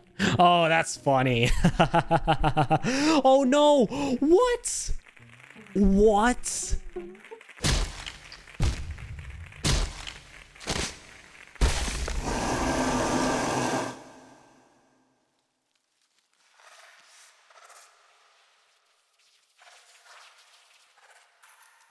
Objection. Yeah, my hand's trembling. If you couldn't already tell, I'm very scared. What the fuck was that?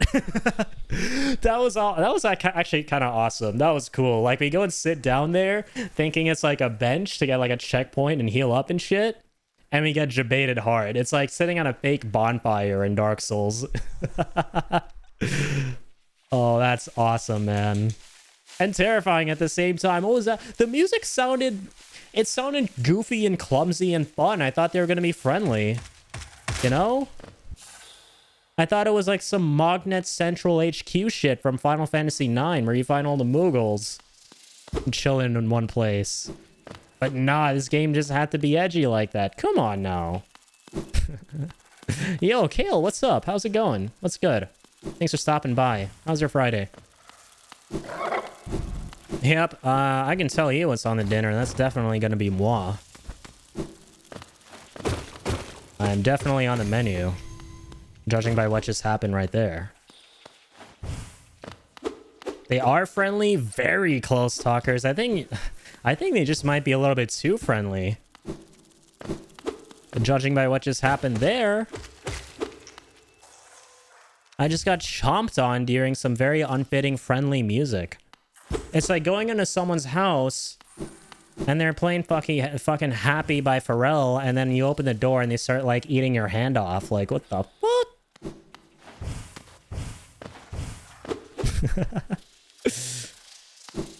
Was this where I came from? Yes, I did. This is from whence I came. I might be getting the title wrong, but Nintendo released a battle... Oh, okay, that's what you're talking about. Nintendo released a battle royale based on the original Super Mario Bros. That's cool. I never knew that. I didn't know there was a battle royale based on Mario Bros. Oh, and then took it down. Okay. That probably explains why I don't know. That's super interesting. I'm gonna have to look that up after. Okay, another one of these bozos. And there's no way to pogo him. Great. Okay. How do I even...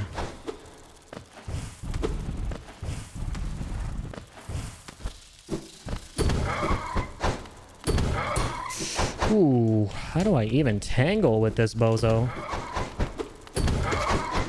Like that, I guess. You have to be super careful. Just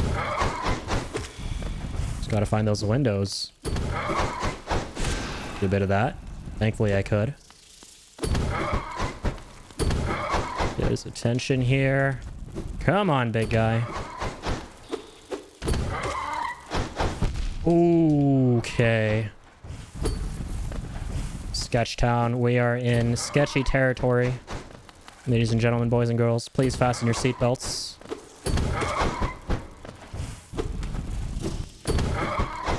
No! Oh, I'm lucky. Unlucky, dude. Oh, okay. Thankfully, we wake up here. So it's not at that bench area where we got debated, or even before that. That's what I was afraid of, honestly. Okay, not bad at all. Not bad at all. I can live with this. Quite literally.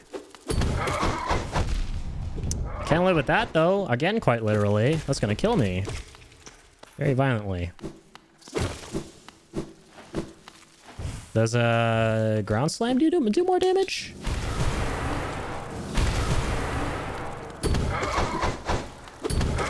There we go. Get out of here, you freak of nature. Ow.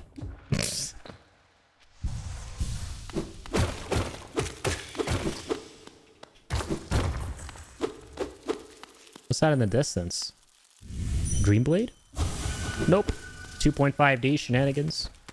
Guys, back there in the background. That is for sure. Okay, heal up. Okay. Okay, that was... I was gonna say that was close, but I just couldn't even last an entire sentence, could I?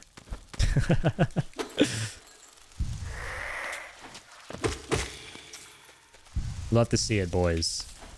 The greatest no-hit Hollow Knight streamer of all time. This is the greatest Hollow Knight no-hit run of all time. Okay.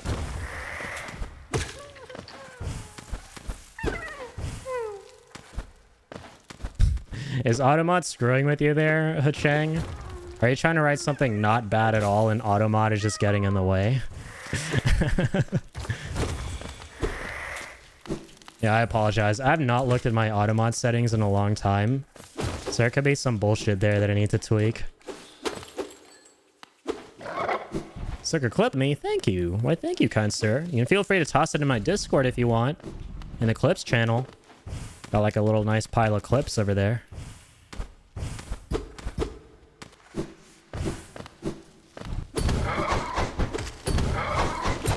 Oh my jeez. Okay, I feel like the... Oh my goodness. Nice, there we go. Yeah, the shockwave does a lot of damage, actually. I'll start using that instead of the... Kamehameha. That's what I'm gonna call it. Aura Blast. Another one? Oh, that was a close parry.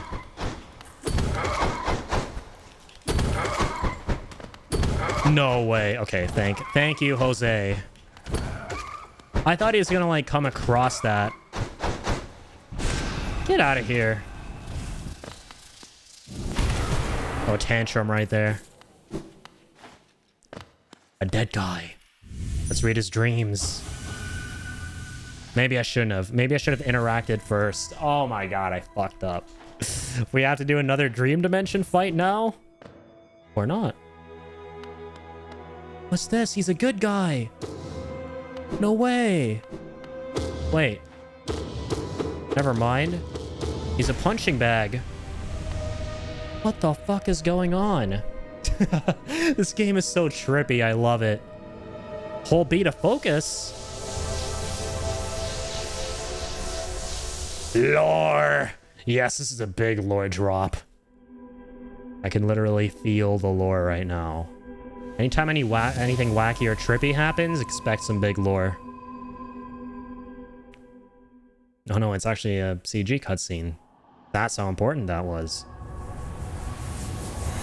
Oh my god! Dude, I understand what's happening perfectly without even understanding the game. I understand it. That's how sick the game is. That's how fucking cool it's designed. That's how well it's designed. I get it. I remember that temple from the start with that big egg or whatever, and like we broke one of the seals, I'm assuming, and you have to break like the 2 other seals. That's sick. That is some great design. It just shows you a little cutscene of that, and you're like, that's familiar. I've been there before. Just to exploring and doing my own homework. Now I'm going to use my big brain and get the other 2 seals. I love it when games do that. They don't hold your hand or anything, you know? Okay, so where are we? Okay, yeah, so we're back here now. That's so cool. Yeah, the progression in this game is so insanely well done. This is some of the best level design I've seen in a Metroidvania. Oh, geez. Okay, so we didn't get out of here from the right side, or explore the right side at all before. Yeah, so let's check it out. Attack whatever that thing is. Oh, a shiny thing. I'll take it.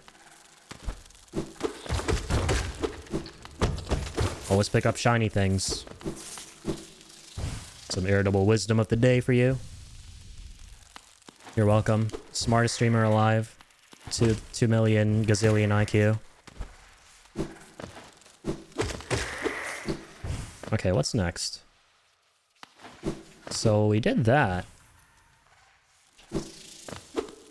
And now I guess you just leave the area? I don't know, it's hard to tell, like, where I've been and where I haven't, because I haven't unfogged this area using a bench. We're still kind of just in this lair ever since we got abducted. I guess I'll, like, roam through a bit more of it. See what's around.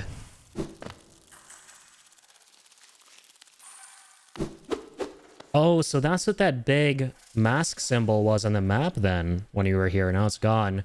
I guess it was for the seal, right? And we broke the seal. Yes, okay, this is where we started. I get it now. And if we skedoodle all the way to the right... Okay, that's a dead end. Let's go this way. Oh my geez. This level is actually so claustrophobic, I'm not even kidding. I'm actually getting anxiety going through here. I'm like, where's the exit? Everything looks the same. Okay, now we're just going back up. Was there an exit from here? Please tell me there is. Ooh, I guess not.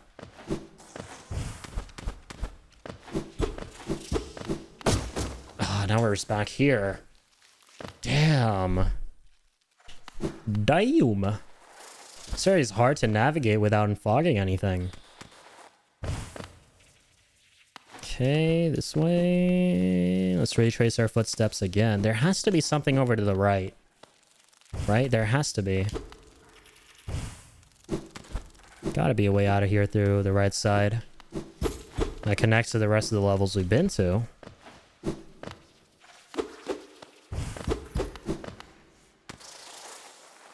Ruh-roh.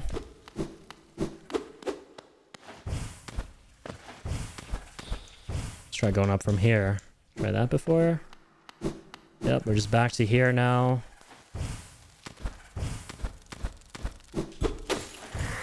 Okay, that's an enemy. Enemy is actually a good sign. Means you haven't been before. Or been to where we fought him before. Jeez. Level is whack. We drop here. Oh my god, and we're back here again. No way. Okay, that's it. That's an enemy. I haven't fought you before. Any path? Question mark. Please tell me like that there is. Okay, I'm gonna heal up here. Get some soul juice in my veins. Some health juice in my veins.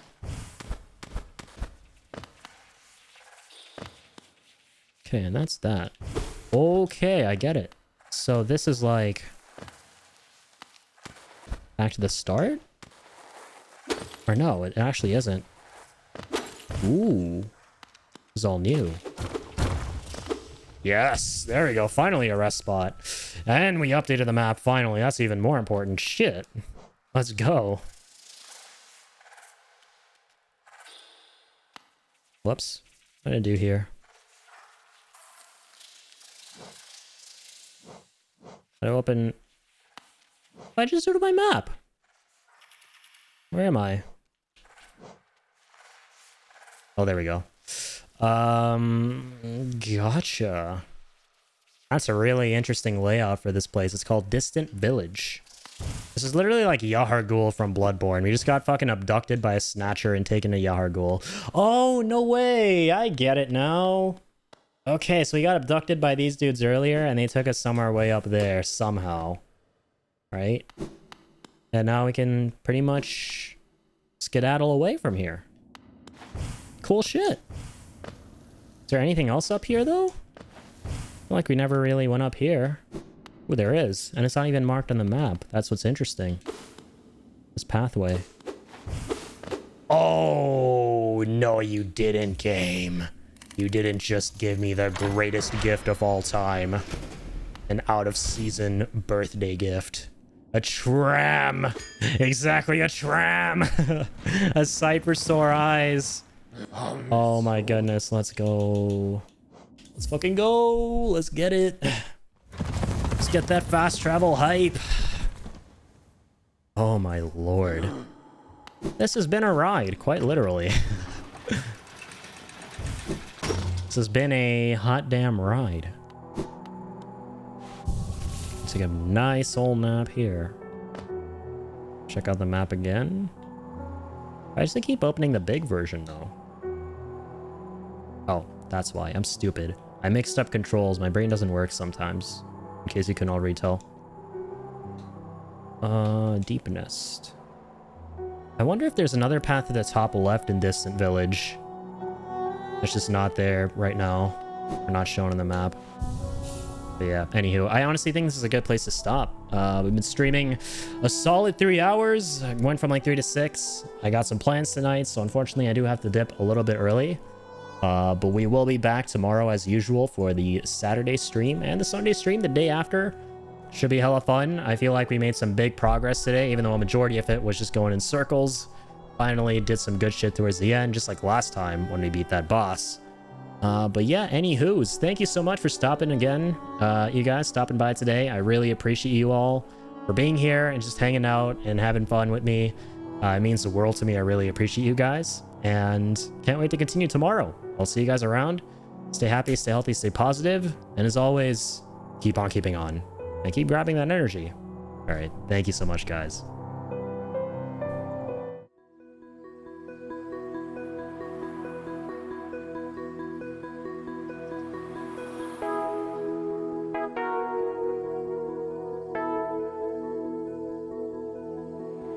You